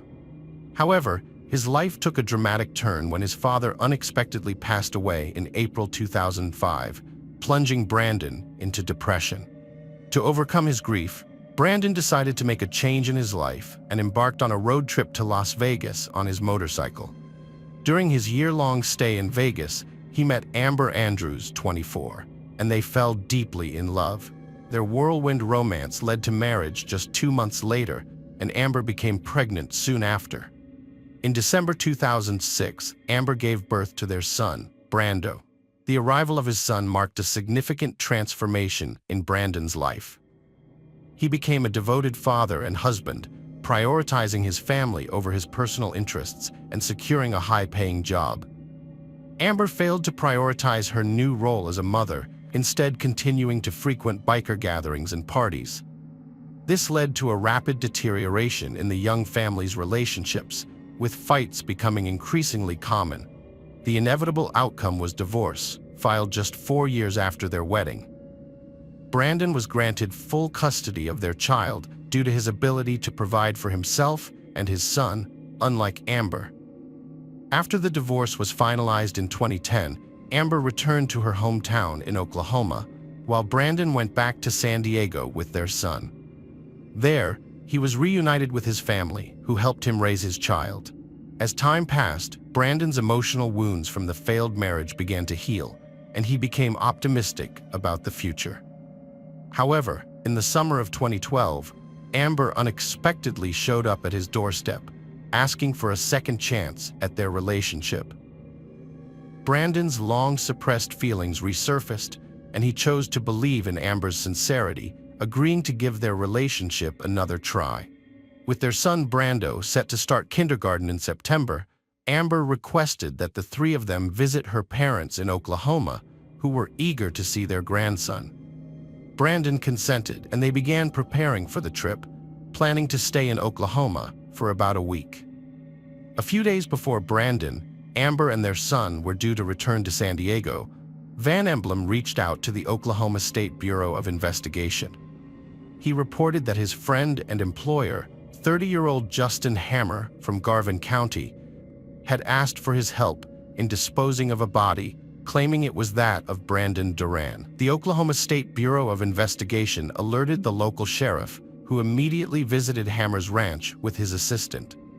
They also contacted Brandon's relatives in San Diego, who informed them that they had been unable to reach Brandon for several days. Once this information was confirmed, the authorities decided not to share the details of the case with Brandon's family. Justin Hammer unexpectedly confessed to killing Brandon Duran when questioned by detectives. However, he claimed it was self-defense, saying that Brandon, a member of a dangerous motorcycle gang, had come to his house on August 7th, kicked in the door, and threatened him. According to Hammer, Brandon was angry about his relationship with Amber and threatened to harm him and his family if he didn't stay away from her. Hammer said he grabbed a nearby shotgun and fired it, killing Brandon. Fearing retaliation from the motorcycle club, Hammer did not call the police and instead hid the evidence. He dismembered Brandon's body in the bathroom using a saw, then put the remains in 5-gallon buckets filled with cement. Hammer needed help loading the heavy buckets into his pickup truck, so he asked his friend Van for assistance. After they loaded the buckets, Van left and reported Hammer to the police. Hammer's ranch had a small pond where he disposed of the buckets after handling the body. He then cleaned the house and later burned the cleaning supplies, gloves, and rags. According to Hammer, he gave Brandon's motorcycle to a relative who unknowingly received the bike and dismantled it for spare parts. The police investigation led to the discovery of 5 buckets at the bottom of the pond. When the officers informed Amber about Brandon's death, she was shocked. She revealed that although she and Brandon were divorced, they had planned to reunite. Amber also confessed to having fought with Brandon the day before his death, following his discovery of her affair with Justin Hammer. This new information prompted the investigators to focus on Amber. She claimed that Brandon left on his motorcycle after their argument, but his family said it was broken. The question arose, if the motorcycle wasn't severely damaged, why would Brandon take it to Oklahoma for repairs instead of fixing it locally? Amber's story about her whereabouts on the day of Brandon's death raised suspicions. She claimed to have a doctor's appointment, but the police couldn't find any records of her visiting a medical facility that day. This meant she had no alibi for the time of Brandon's death. Detectives later found out that Amber had asked a friend to watch her son that day. When the friend arrived at 3 p.m., Amber and Brandon left the house together in Brandon's pickup truck, which had a motorcycle in the back. Amber left her phone behind and didn't return for 8 hours. When she finally came back, Brandon and the motorcycle were no longer with the truck. On Amber's phone, investigators discovered a message from Justin Hammer sent just before she and Brandon left the house, which read, "The ink is ready. The police thought this was a code, indicating that everything was in place to deal with Brandon. After talking to Amber's close friends, detectives learned that she had no interest in getting back together with her ex-husband and often spoke negatively about him. She was bitter about Brandon having full custody of their son and resented him. New evidence emerged that contradicted Amber's account. Forensic analysis confirmed that Amber had written the suspicious note found in Hammer's safe, which listed items necessary for disposing of a body. Furthermore, footage from the local hardware store's CCTV cameras revealed that the crime was premeditated. The footage showed Hammer purchasing buckets and other items from Amber's list the day before Brandon's murder. Despite this, Hammer claimed during his trial that he had acted alone in self-defense, attempting to shield Amber from suspicion. He asserted that the items on the list were actually for home repairs, not for getting rid of the body. Justin Hammer claimed to have used two weapons during the crime, holding a shotgun in one hand and a pistol in the other. However, investigators found this statement suspicious and unlikely. The trial, expected to last several weeks, surprisingly ended with the jury deliberating for only an hour and a half. They returned with a recommended sentence of life in prison without parole. Assistant District Attorney Jennifer Austin expressed satisfaction with the verdict, stating it was a fitting punishment and brought justice to Brandon Duran's family. She believed the sentence was appropriate. Cindy Ware, Brandon's mother, was overjoyed with the jury's decision and acknowledged that it must have been a difficult one to make. She had been hoping for this outcome for 2 years.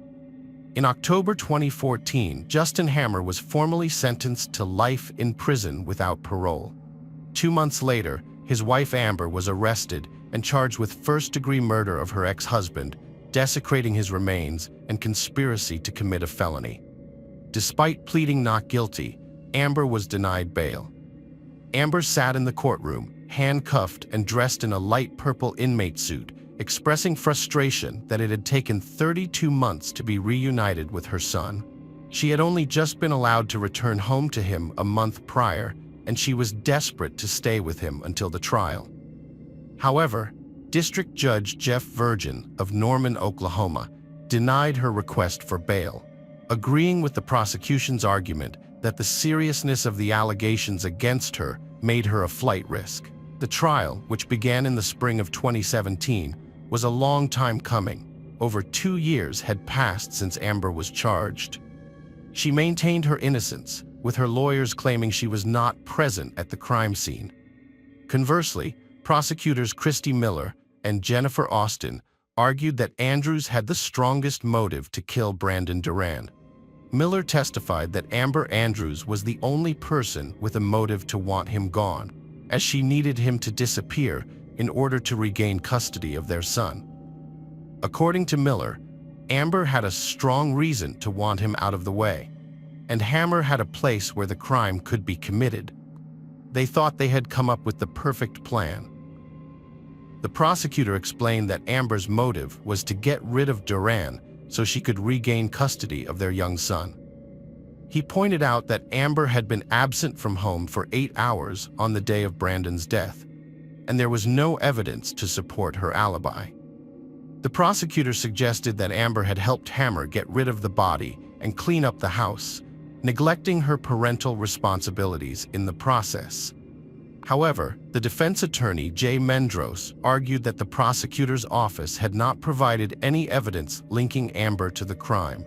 He told the jurors that when there is no evidence, the prosecution resorts to attacking Amber's character.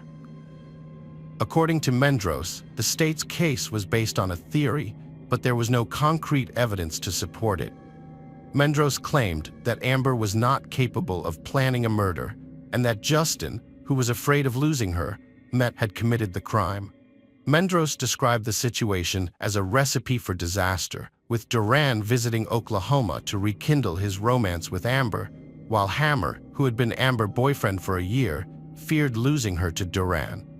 The defense attorney portrayed the case as a tragic love triangle, where Justin Hammer had a strong motive to kill Brandon Duran as he was torn between his feelings for Amber and the threat Duran posed. The attorney argued that Amber had been emotionally involved with both men and had oscillated between them, making it difficult to pinpoint her true intentions. The prosecution's case relied on twisted and distorted statements that created a sinister impression in an attempt to imprison someone based on speculation and rumors.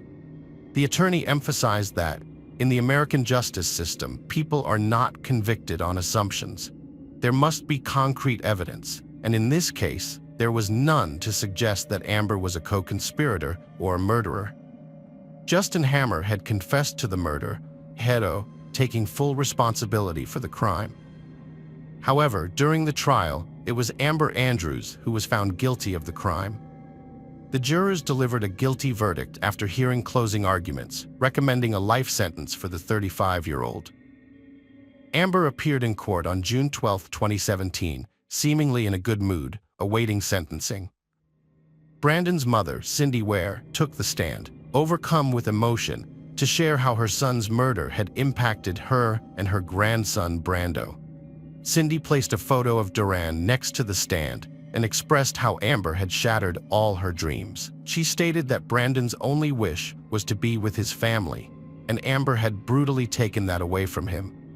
Cindy sorrowfully reflected on the memories they would never create, such as Brandon teaching Brando how to snowboard and the bright smile that would never again light up a room. Before the judge's final decision, defense attorney Jay Mendros addressed the court once more. He maintained that there was still no concrete evidence linking Amber to the murder and requested that the judge dismiss the jury's guilty verdict and restart the case. Mendros argued that the prosecution's case lacked credible evidence and relied heavily on emotional manipulation to sway the jurors. In essence, the state built a case against Amber based on speculation and gut feelings, rather than concrete proof. The prosecution's strategy was to shock and outrage the jurors, rather than present tangible evidence. As a result, Amber was sentenced to life in prison without parole for the first-degree murder of Brandon Duran, plus additional time for desecrating human remains and conspiring to commit a felony.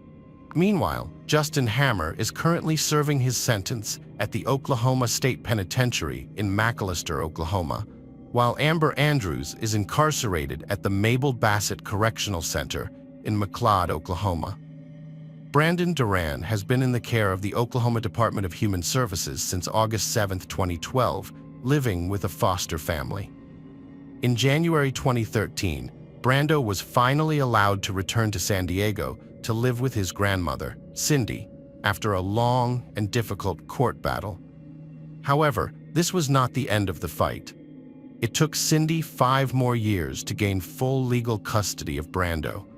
Once the custody battle was over, Cindy and her relatives sat down with Brando to explain the truth about the verdict and what had happened to his mother. Hello friends, welcome to our channel. Today we're going to take a look at another horrible case with you. The case of Matthew Patrick "Matt" Podolak. Matthew Patrick, also known as Matt Pat, was born on June 10, 1975, in Ohio, USA, to Patricia Romano and Leonard Pat. During his high school years, Matthew was an active member of the hockey team. After graduating, he enlisted in the U.S. Navy. Following his time in the Navy, he landed a job at Phoenix Industrial Finishing, a company owned by his uncle. However, Matthew struggled to get along with his co-workers. According to his sister, Chrissy Duca, some colleagues were jealous of his uncle's influence and resented the fact that Matthew was being groomed to take over the business. As an outdoorsy person, Matthew enjoyed activities like boating, camping, and hunting in his free time. He also participated in softball and hockey games. In 2003, Matthew met his partner, Holly McFeature, and they started dating soon after. They moved in together in a Cleveland home and began building a life. Friends described Matthew as a happy and settled person who was eager to start a family. Within a year, they welcomed their daughter, Samantha, and 2 years later, their son, Josh. Additionally, Holly's child from a previous relationship also became part of their family. Matthew fell deeply in love with Holly, and his mother, Patricia, said he loved her with all his heart. In a short time, Matthew went from being a bachelor to a father of 3. The early years of their relationship were filled with love, passion, and mutual understanding. However, by 2005, their relationship had become argumentative and strained. Whenever Matthew and Holly had a fight, he would leave home and spend the night at a friend's house. This happened multiple times, and his friends advised him to end the relationship, suspecting that Holly was selfish and had a bad influence on him. Despite their warnings, Matthew never listened and always went back to Holly. Matthew had a life insurance policy that listed Holly as the beneficiary, but his friends cautioned him to remove her from the list. Again, Matthew ignored their advice. Russell Henry, Matthew's best friend, recalled a tumultuous period in Matthew's life. During this time, Matthew's mood would swing wildly, veering from extreme happiness to anger, crying, and fear. Russell understood that Matthew was struggling with depression. Despite being initially thrilled about the prospect of raising his 3 children, Matthew's outlook was overshadowed by the volatile situation at home. Russell urged Matthew to take precautions and remove guns from the house. Later, in 2006, after the hockey season ended, Matthew began gambling online and lost a significant amount of money. His family and friends grew concerned about his well-being and noticed his depression. At their suggestion, Matthew sought medical attention and was prescribed antidepressants. However, by the spring of 2006, Matthew's health began to decline rapidly, prompting Russell to express grave concern about his physical well-being by Memorial Day weekend. Russell had asked Matthew to help him move a motor from one boat to another. However, Matthew, who was once very strong, had since gained weight and was struggling with the task. He was sweating heavily, complaining of back pain, and claimed to have lost his strength. Concerned, Russell advised Matthew to see a doctor and recommended Dr. Thomas Mandat. Matthew scheduled an appointment with Dr. Mandat for July 26, 2006. On the day of the appointment, Matthew phoned Russell to ask for directions to Dr. Mandat's office. During their conversation, Russell overheard Holly yelling at Matthew in the background, telling him he was too stupid to remember where the doctor's office was. The doctor's appointment revealed that Matthew's primary complaint was back pain. After examining him, Dr. Mandat diagnosed Matthew with kidney stones and prescribed medication to help him pass the stones and manage the associated pain. A few days later, on July 30th, Matthew called his father to share that he had bought a fishing rod for his daughter and invited him and Russell to go fishing together soon. Matthew's father said his son was looking forward to a meeting, but later that evening, Matthew attended a party with Russell Henry, who testified that Matthew was in bad physical shape. He had gained weight, was sweating heavily, and had trouble walking due to extreme back pain. After the party, Holly contacted Matthew's father, telling him she had called 911 because something was wrong with his son. The father briefly spoke to Matthew over the phone and found him confused and upset. An ambulance took Matthew to Parma General Hospital, where doctors suspected organ failure. Tests revealed that Matthew's kidneys had failed, and he had metabolic acidosis, a condition in which the blood becomes too acidic. Dr. Mandat, part of the emergency medical team, suspected that Matthew might have ingested a toxic substance like methanol or antifreeze. Holly denied that Matthew had swallowed anything harmful. Tragically, Matthew died the next day, July 31, 2006, due to kidney failure. Dr. Mandat explained that metabolic acidosis is usually caused by respiratory problems, but not in this case. He added that ethylene glycol, a toxic substance found in antifreeze, can also cause metabolic acidosis. Matthew's family and friends were devastated by his death, but Holly showed no emotional response. In fact, her friend Rebecca Vega was surprised by Holly's lack of emotions when they made funeral arrangements together. At the wake, Matthew's father had to ask Holly to enter the room where the casket was, and she seemed unbothered. Russell Henry described her as acting like nothing had happened, almost as if she was at a party. What's more, Holly's actions soon after Matthew's death raised suspicions. The day after his death, she used his bank card to withdraw money from an ATM and wrote checks in his name, emptying his bank account. Her mom reported this activity to the police, leading to Holly's arrest and charges of forgery. Holly agreed to repay the money and was placed on probation for a year. Her family claimed she was trying to get money to care for their children, but it's worth noting that Holly was also a beneficiary of Matthew's life insurance policy, although it was a small amount of $10,000. 2 weeks after Matthew's death, Rebecca Vega visited Holly and was concerned to see cleaning solvents lying around the kitchen, given the young age of the children in the home. Holly was questioned about Matthew's death. She mentioned that one of the items found was antifreeze, which Matthew used to winterize his boat. However, Russell Henry, Matthew's best friend, testified that Matthew hadn't had a working boat since 2004 or 2005 when the engine failed. Michael Jama, a Cleveland police officer, had been friends with Holly since 2002. He would often visit her home, where she would babysit his children, and they would chat over coffee. To avoid interrupting her or any other man, he would call ahead. One day, when he called, Holly told him he didn't need to worry about calling ahead anymore because Matthew had passed away the previous week. Holly discussed Matthew's death in a surprisingly casual tone, mentioning that he had kidney problems and pain from playing hockey.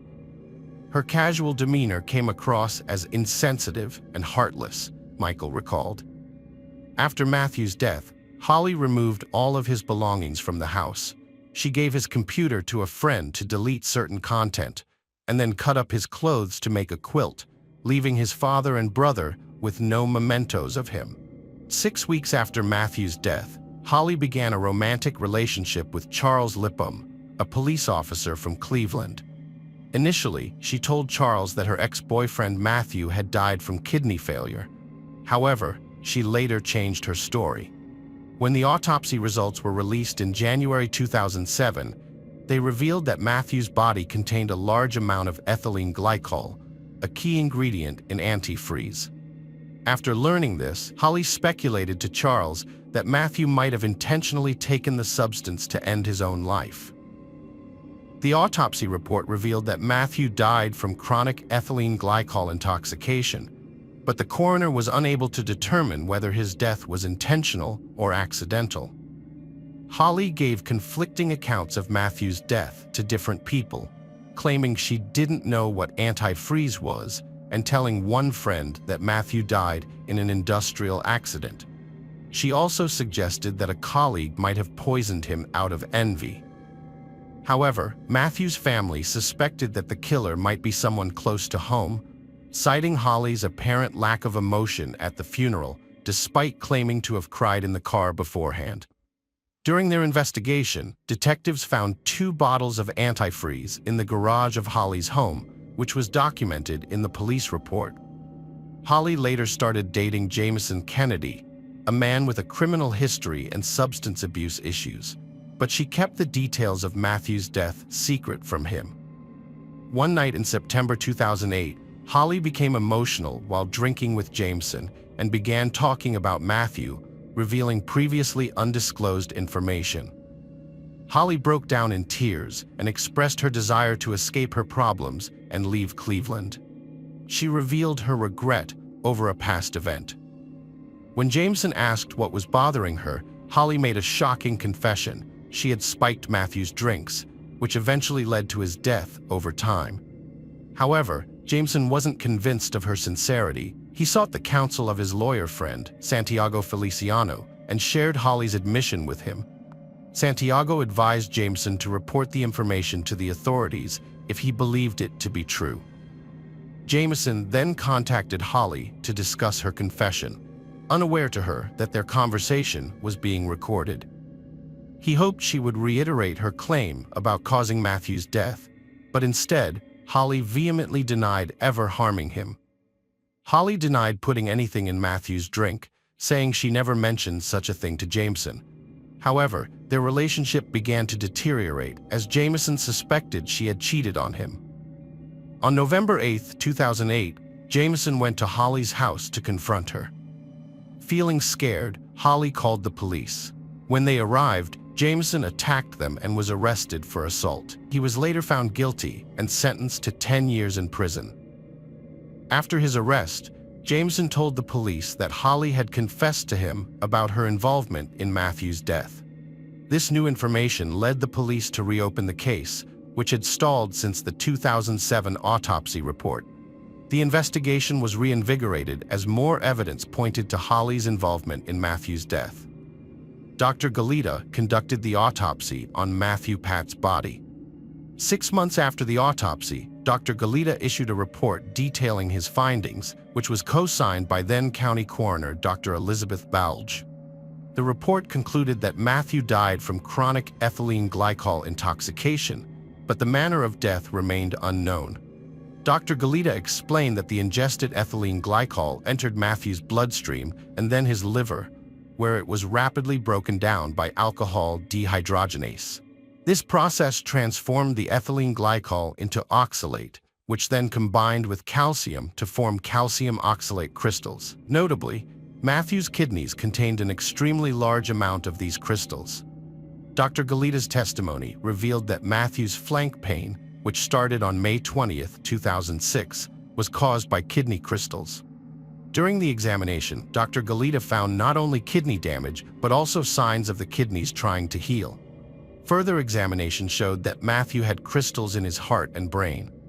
Dr. Galita also diagnosed severe acute myocarditis, a heart muscle inflammation that takes at least 3 weeks to develop. Dr. Galita concluded that Matthew's death was a result of prolonged ethylene glycol intoxication, which led to a series of acute events and sublethal poisonings over a period of at least 3 months. Matthew's friends confirmed that his go-to drink was raspberry iced tea, which he would bring to work in a thermos or the original container, often a half or whole gallon jug. One friend, Michael, recalled that Holly McPhee would occasionally bring lunch to Matthew, which always included a half or whole gallon container of iced tea. During their investigation, police seized 2 bottles of antifreeze, one Peak brand, one Saturn brand, from Holly's garage in August 2007, after she had moved out. 3 years after the initial autopsy results, the report was revised in 2010. The updated report, signed by Dr. Frank Miller, the county coroner, concluded that Matthew Pat's death was caused by chronic ethylene glycol poisoning and was a homicide. Although the cause of death remained the same, the revised report changed the manner of death from undetermined to homicide. 6 years after Matthew's death, authorities finally decided to take action, charging Holly McPhee in July 2012 with aggravated deprivation of Matthew Pat's life. In 2013, Holly pleaded not guilty and faced trial. The prosecution's case relied on circumstantial evidence and featured 15 witnesses, including Matthew's family and friends, his doctor, and police officers who investigated the case. During the trial, witnesses testified about Holly's suspicious behavior, a phone call Matthew made before visiting his doctor, and the fact that Matthew hadn't owned a working boat since 2004, eliminating any need for antifreeze. Meanwhile, Holly's lawyers argued that Matthew's family and friends had prejudged her guilt and pressured law enforcement to pursue charges against her. Holly's legal team claimed that she was not responsible for Matthew's death. They suggested that Matthew was struggling with depression due to his online gambling losses, work issues, and difficulties communicating with his young child, which led him to intentionally ingest a lethal dose of antifreeze. The defense claimed Matthew died from a single dose of antifreeze, not multiple doses over time. They presented Dr. Robert Bucks, who testified that Matthew's death was due to acute poisoning, indicating a single ingestion of ethylene glycol consistent with suicide.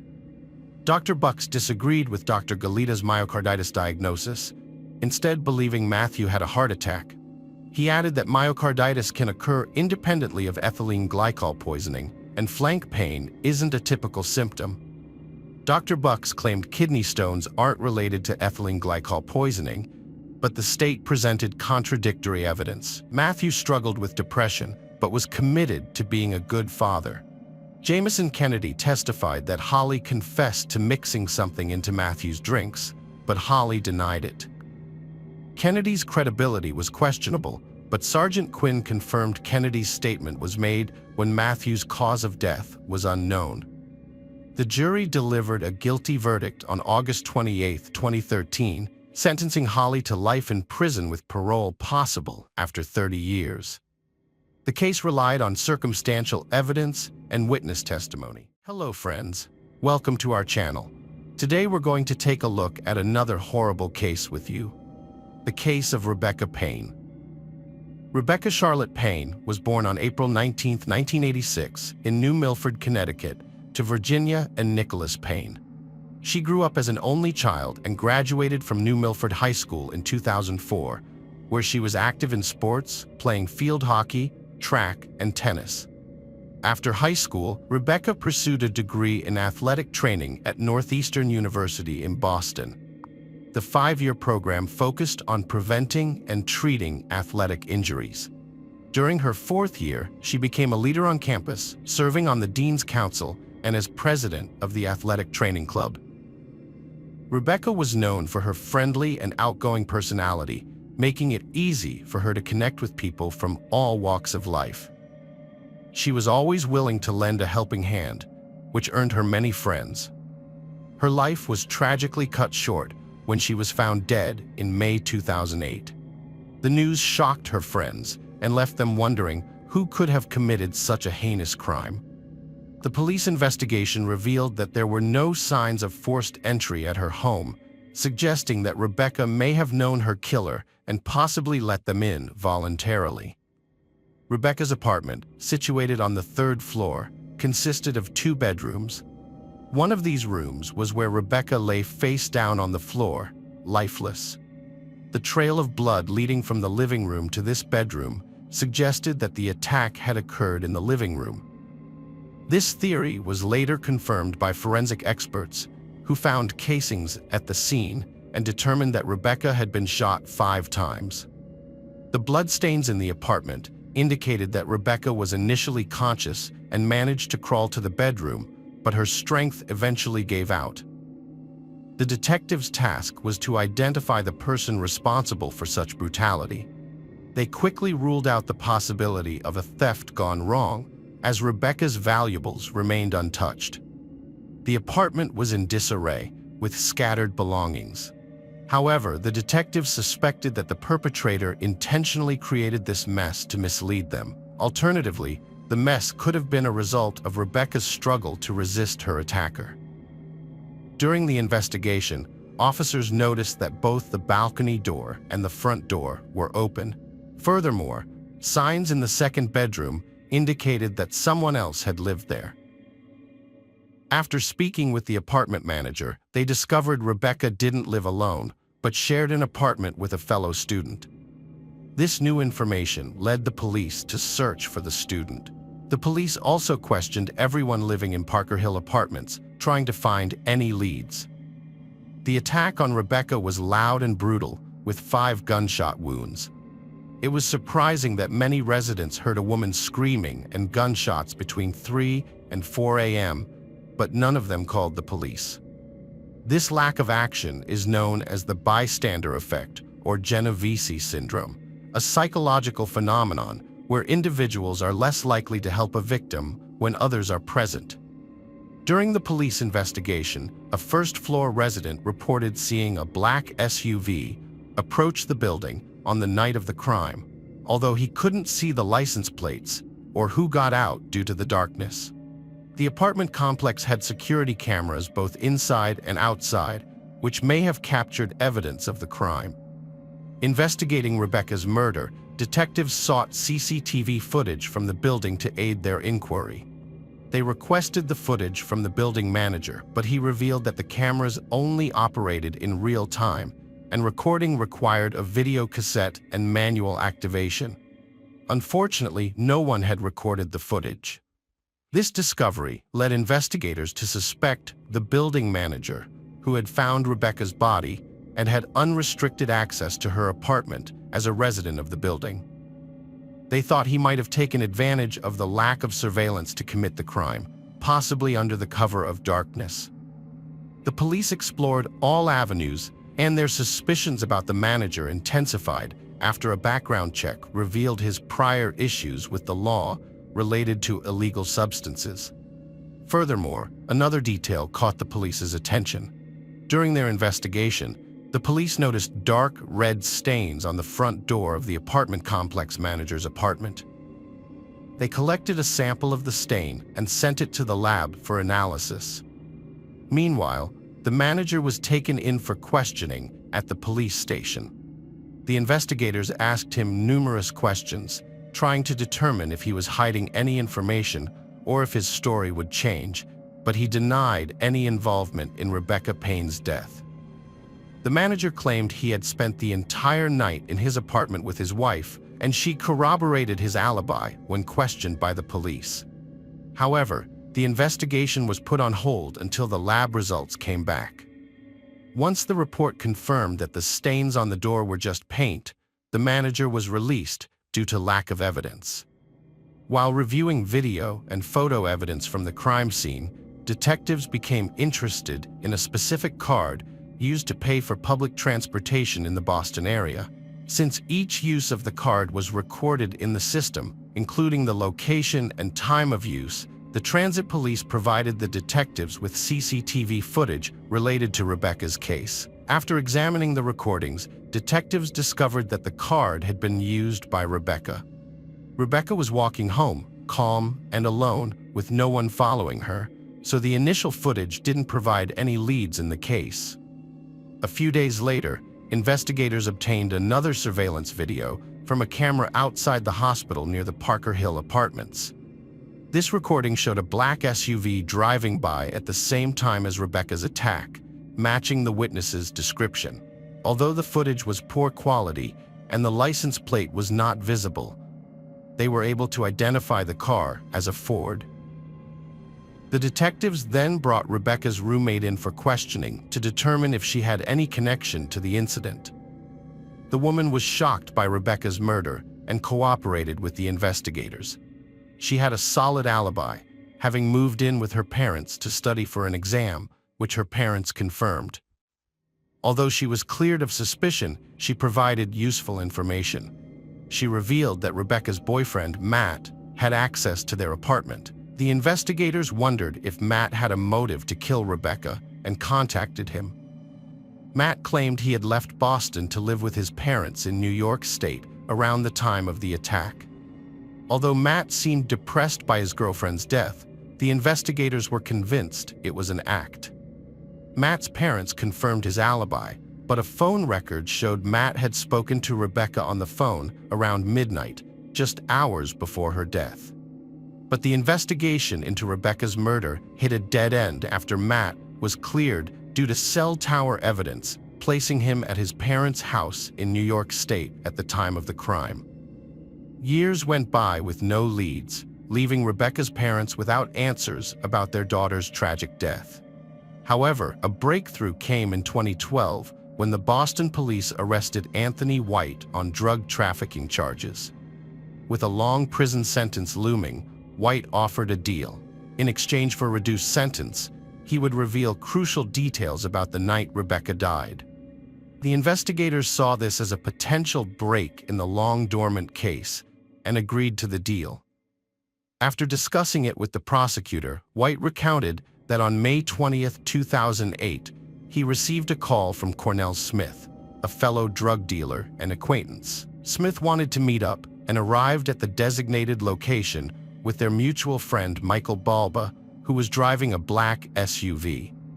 The three of them drove to the Parker Hill apartments, where Balba parked in a spot with a clear view of the apartments. According to White, when Cornell Smith spotted Rebecca through a third-floor window, he exclaimed, "That's her." They waited for a while, watching until the lights in Rebecca's apartment went out, indicating she had likely fallen asleep. Under the cover of darkness, Smith proceeded to climb from the first-floor balcony to the second and finally to the third, where he entered through the open balcony door. Rebecca was not asleep, but rather lying on the couch in the living room when she encountered the intruder. She began screaming, and a brief struggle followed. Cornell Smith then fired 5 shots at her before fleeing the apartment through the front door and driving away. Investigators were skeptical of White's account, suspecting that he fabricated the story based on news reports to secure a lighter prison sentence. The officers were baffled by the motive behind the murder. Why would Cornell Smith kill Rebecca, who was unrelated to his world? But White's next statement shocked and disturbed them. According to White, Rebecca's death was a case of mistaken identity. On the first floor of the Parker Hill apartments lived 2 sisters who resembled Rebecca. These sisters, who were also illegal drug dealers, were Smith's rivals. In 2012, Cornell Smith was already serving a 12-year prison sentence for selling drugs, which he had been convicted of 2 years prior. Following White's testimony, Cornell Smith was also charged with Rebecca's murder, but he denied any involvement. Before Cornell Smith's court appearance, prosecutors were dealt a devastating blow. Their key witness, Anthony White, had died in prison. Without White's testimony, the case against Smith was in trouble, as there was no physical evidence linking him to Rebecca Payne's apartment. However, investigators had another lead, Michael Balba, who was in the car with White and Smith on the night of the crime. Detectives located Balba and discovered that he owned a black Ford Expedition SUV, which matched the vehicle caught on surveillance camera and the witness's description. Balba was arrested and taken into custody, but he denied any involvement in the case and requested a lawyer. Despite having no concrete evidence against him, investigators hoped that Balba's connection to the crime could still lead to justice for Rebecca. Investigators examined his court file related to drug trafficking. What they found was astonishing. Smith had written several letters to the judge presiding over his trial, and one of them implicated him in Rebecca's murder. In the letters, Smith portrayed himself as superior to others. Although some of the content was nonsensical, one letter stood out as crucial evidence. In it, Smith wrote about an altercation that had taken place in downtown Boston, which ultimately led to Rebecca Payne's tragic death at his hands, a fact he boldly admitted to, stating, "I, Cornell Allen Smith Sr., was responsible." It's unclear why these letters hadn't raised red flags earlier, especially since they were addressed to the judge. The letter proved that Cornell Smith was in Rebecca Payne's apartment at the time of her murder. The trial took place in 2015. Throughout the trial, the district attorney emphasized that Rebecca was an innocent victim with no connection to Smith or his accomplice, Balba. Payne expressed frustration and sadness, saying that seeing Cornell Smith, the person responsible for his daughter Rebecca's death, is a painful reminder of the tragedy and hinders their ability to move forward. Despite Smith's guilty plea and 18 to 20-year prison sentence, Payne emphasizes that nothing can change the fact that Rebecca is gone forever. The judge ordered Smith to face Rebecca's loved ones, acknowledging the immense pain he caused. Her hometown dedicated a tennis court, garden, and scholarship fund in her name to keep her memory alive.